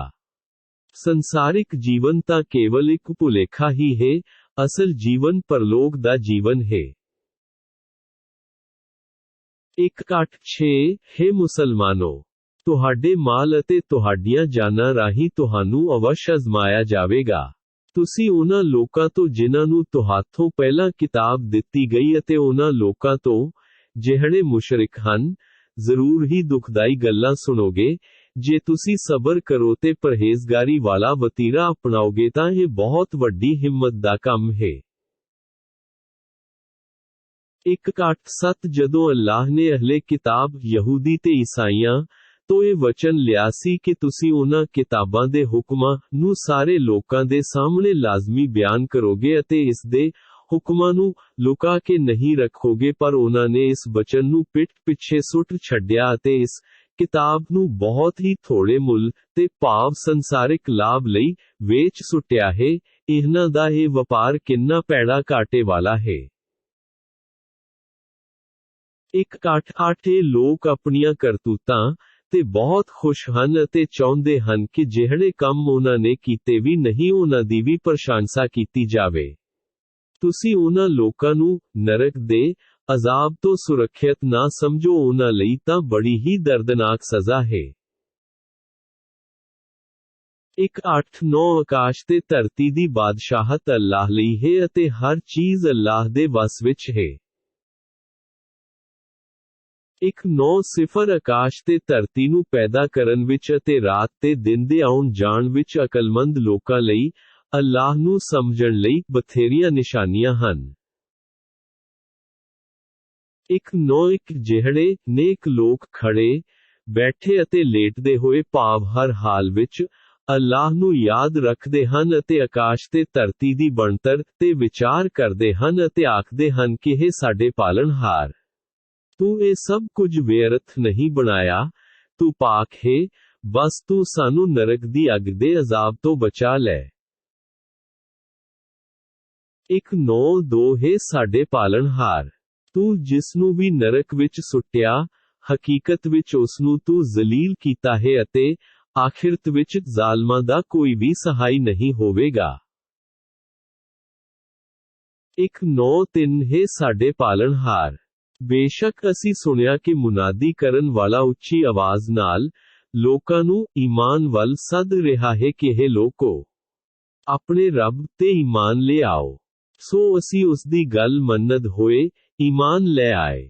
ਹੇ ਰੱਬਾ, ਹੁਣ ਤੂੰ ਸਾਡੇ ਗੁਨਾਹਾਂ ਨੂੰ ਮੁਆਫ ਕਰ ਦੇ ਅਤੇ ਸਾਡੀਆਂ ਬੁਰਾਈਆਂ ਨੂੰ ਸਾਥੋਂ ਦੂਰ ਕਰ ਦੇ ਅਤੇ ਜਦੋਂ ਸਾਡੀ ਮੌਤ ਆਵੇ ਤਾਂ ਅਸੀਂ ਨੇਕ ਲੋਕਾਂ ਦੇ ਨਾਲ ਹੋਈਏ। 1-9-4 ਹੈ ਸਾਡੇ ਪਾਲਣਹਾਰ, ਸਾਨੂੰ ਉਹ ਚੀਜ਼ ਸਵਰਗ ਬਖਸ਼ ਦੇ ਜਿਸ ਦਾ ਵਾਅਦਾ ਤੈਨੇ ਸਾਡੇ ਨਾਲ ਆਪਣੇ ਰਸੂਲਾਂ ਰਾਹੀਂ ਕੀਤਾ ਹੈ ਅਤੇ ਸਾਨੂੰ ਕਿਆਮਤ ਵਾਲੇ ਦਿਨ ਜ਼ਲੀਲ ਨਾ ਕਰੀ।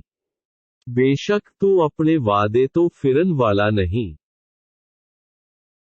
1-9-5 ਉਹਨਾਂ ਦੇ ਰੱਬ ਨੇ ਉਹਨਾਂ ਦੀ ਦੁਆ ਨੂੰ ਕਬੂਲ ਕਰ ਲਿਆ ਅਤੇ ਆਖਿਆ ਕਿ ਤੁਹਾਡੇ ਵਿੱਚੋਂ ਕਿਸੇ ਦਾ ਵੀ ਨੇਕ ਅਮਲ, ਭਾਵੇਂ ਉਹ ਪੁਰਸ਼ ਹੋਵੇ ਜਾਂ ਇਸਤਰੀ, ਐਵੇਂ ਹੀ ਬਰਬਾਦ ਨਹੀਂ ਕਰਾਂਗਾ।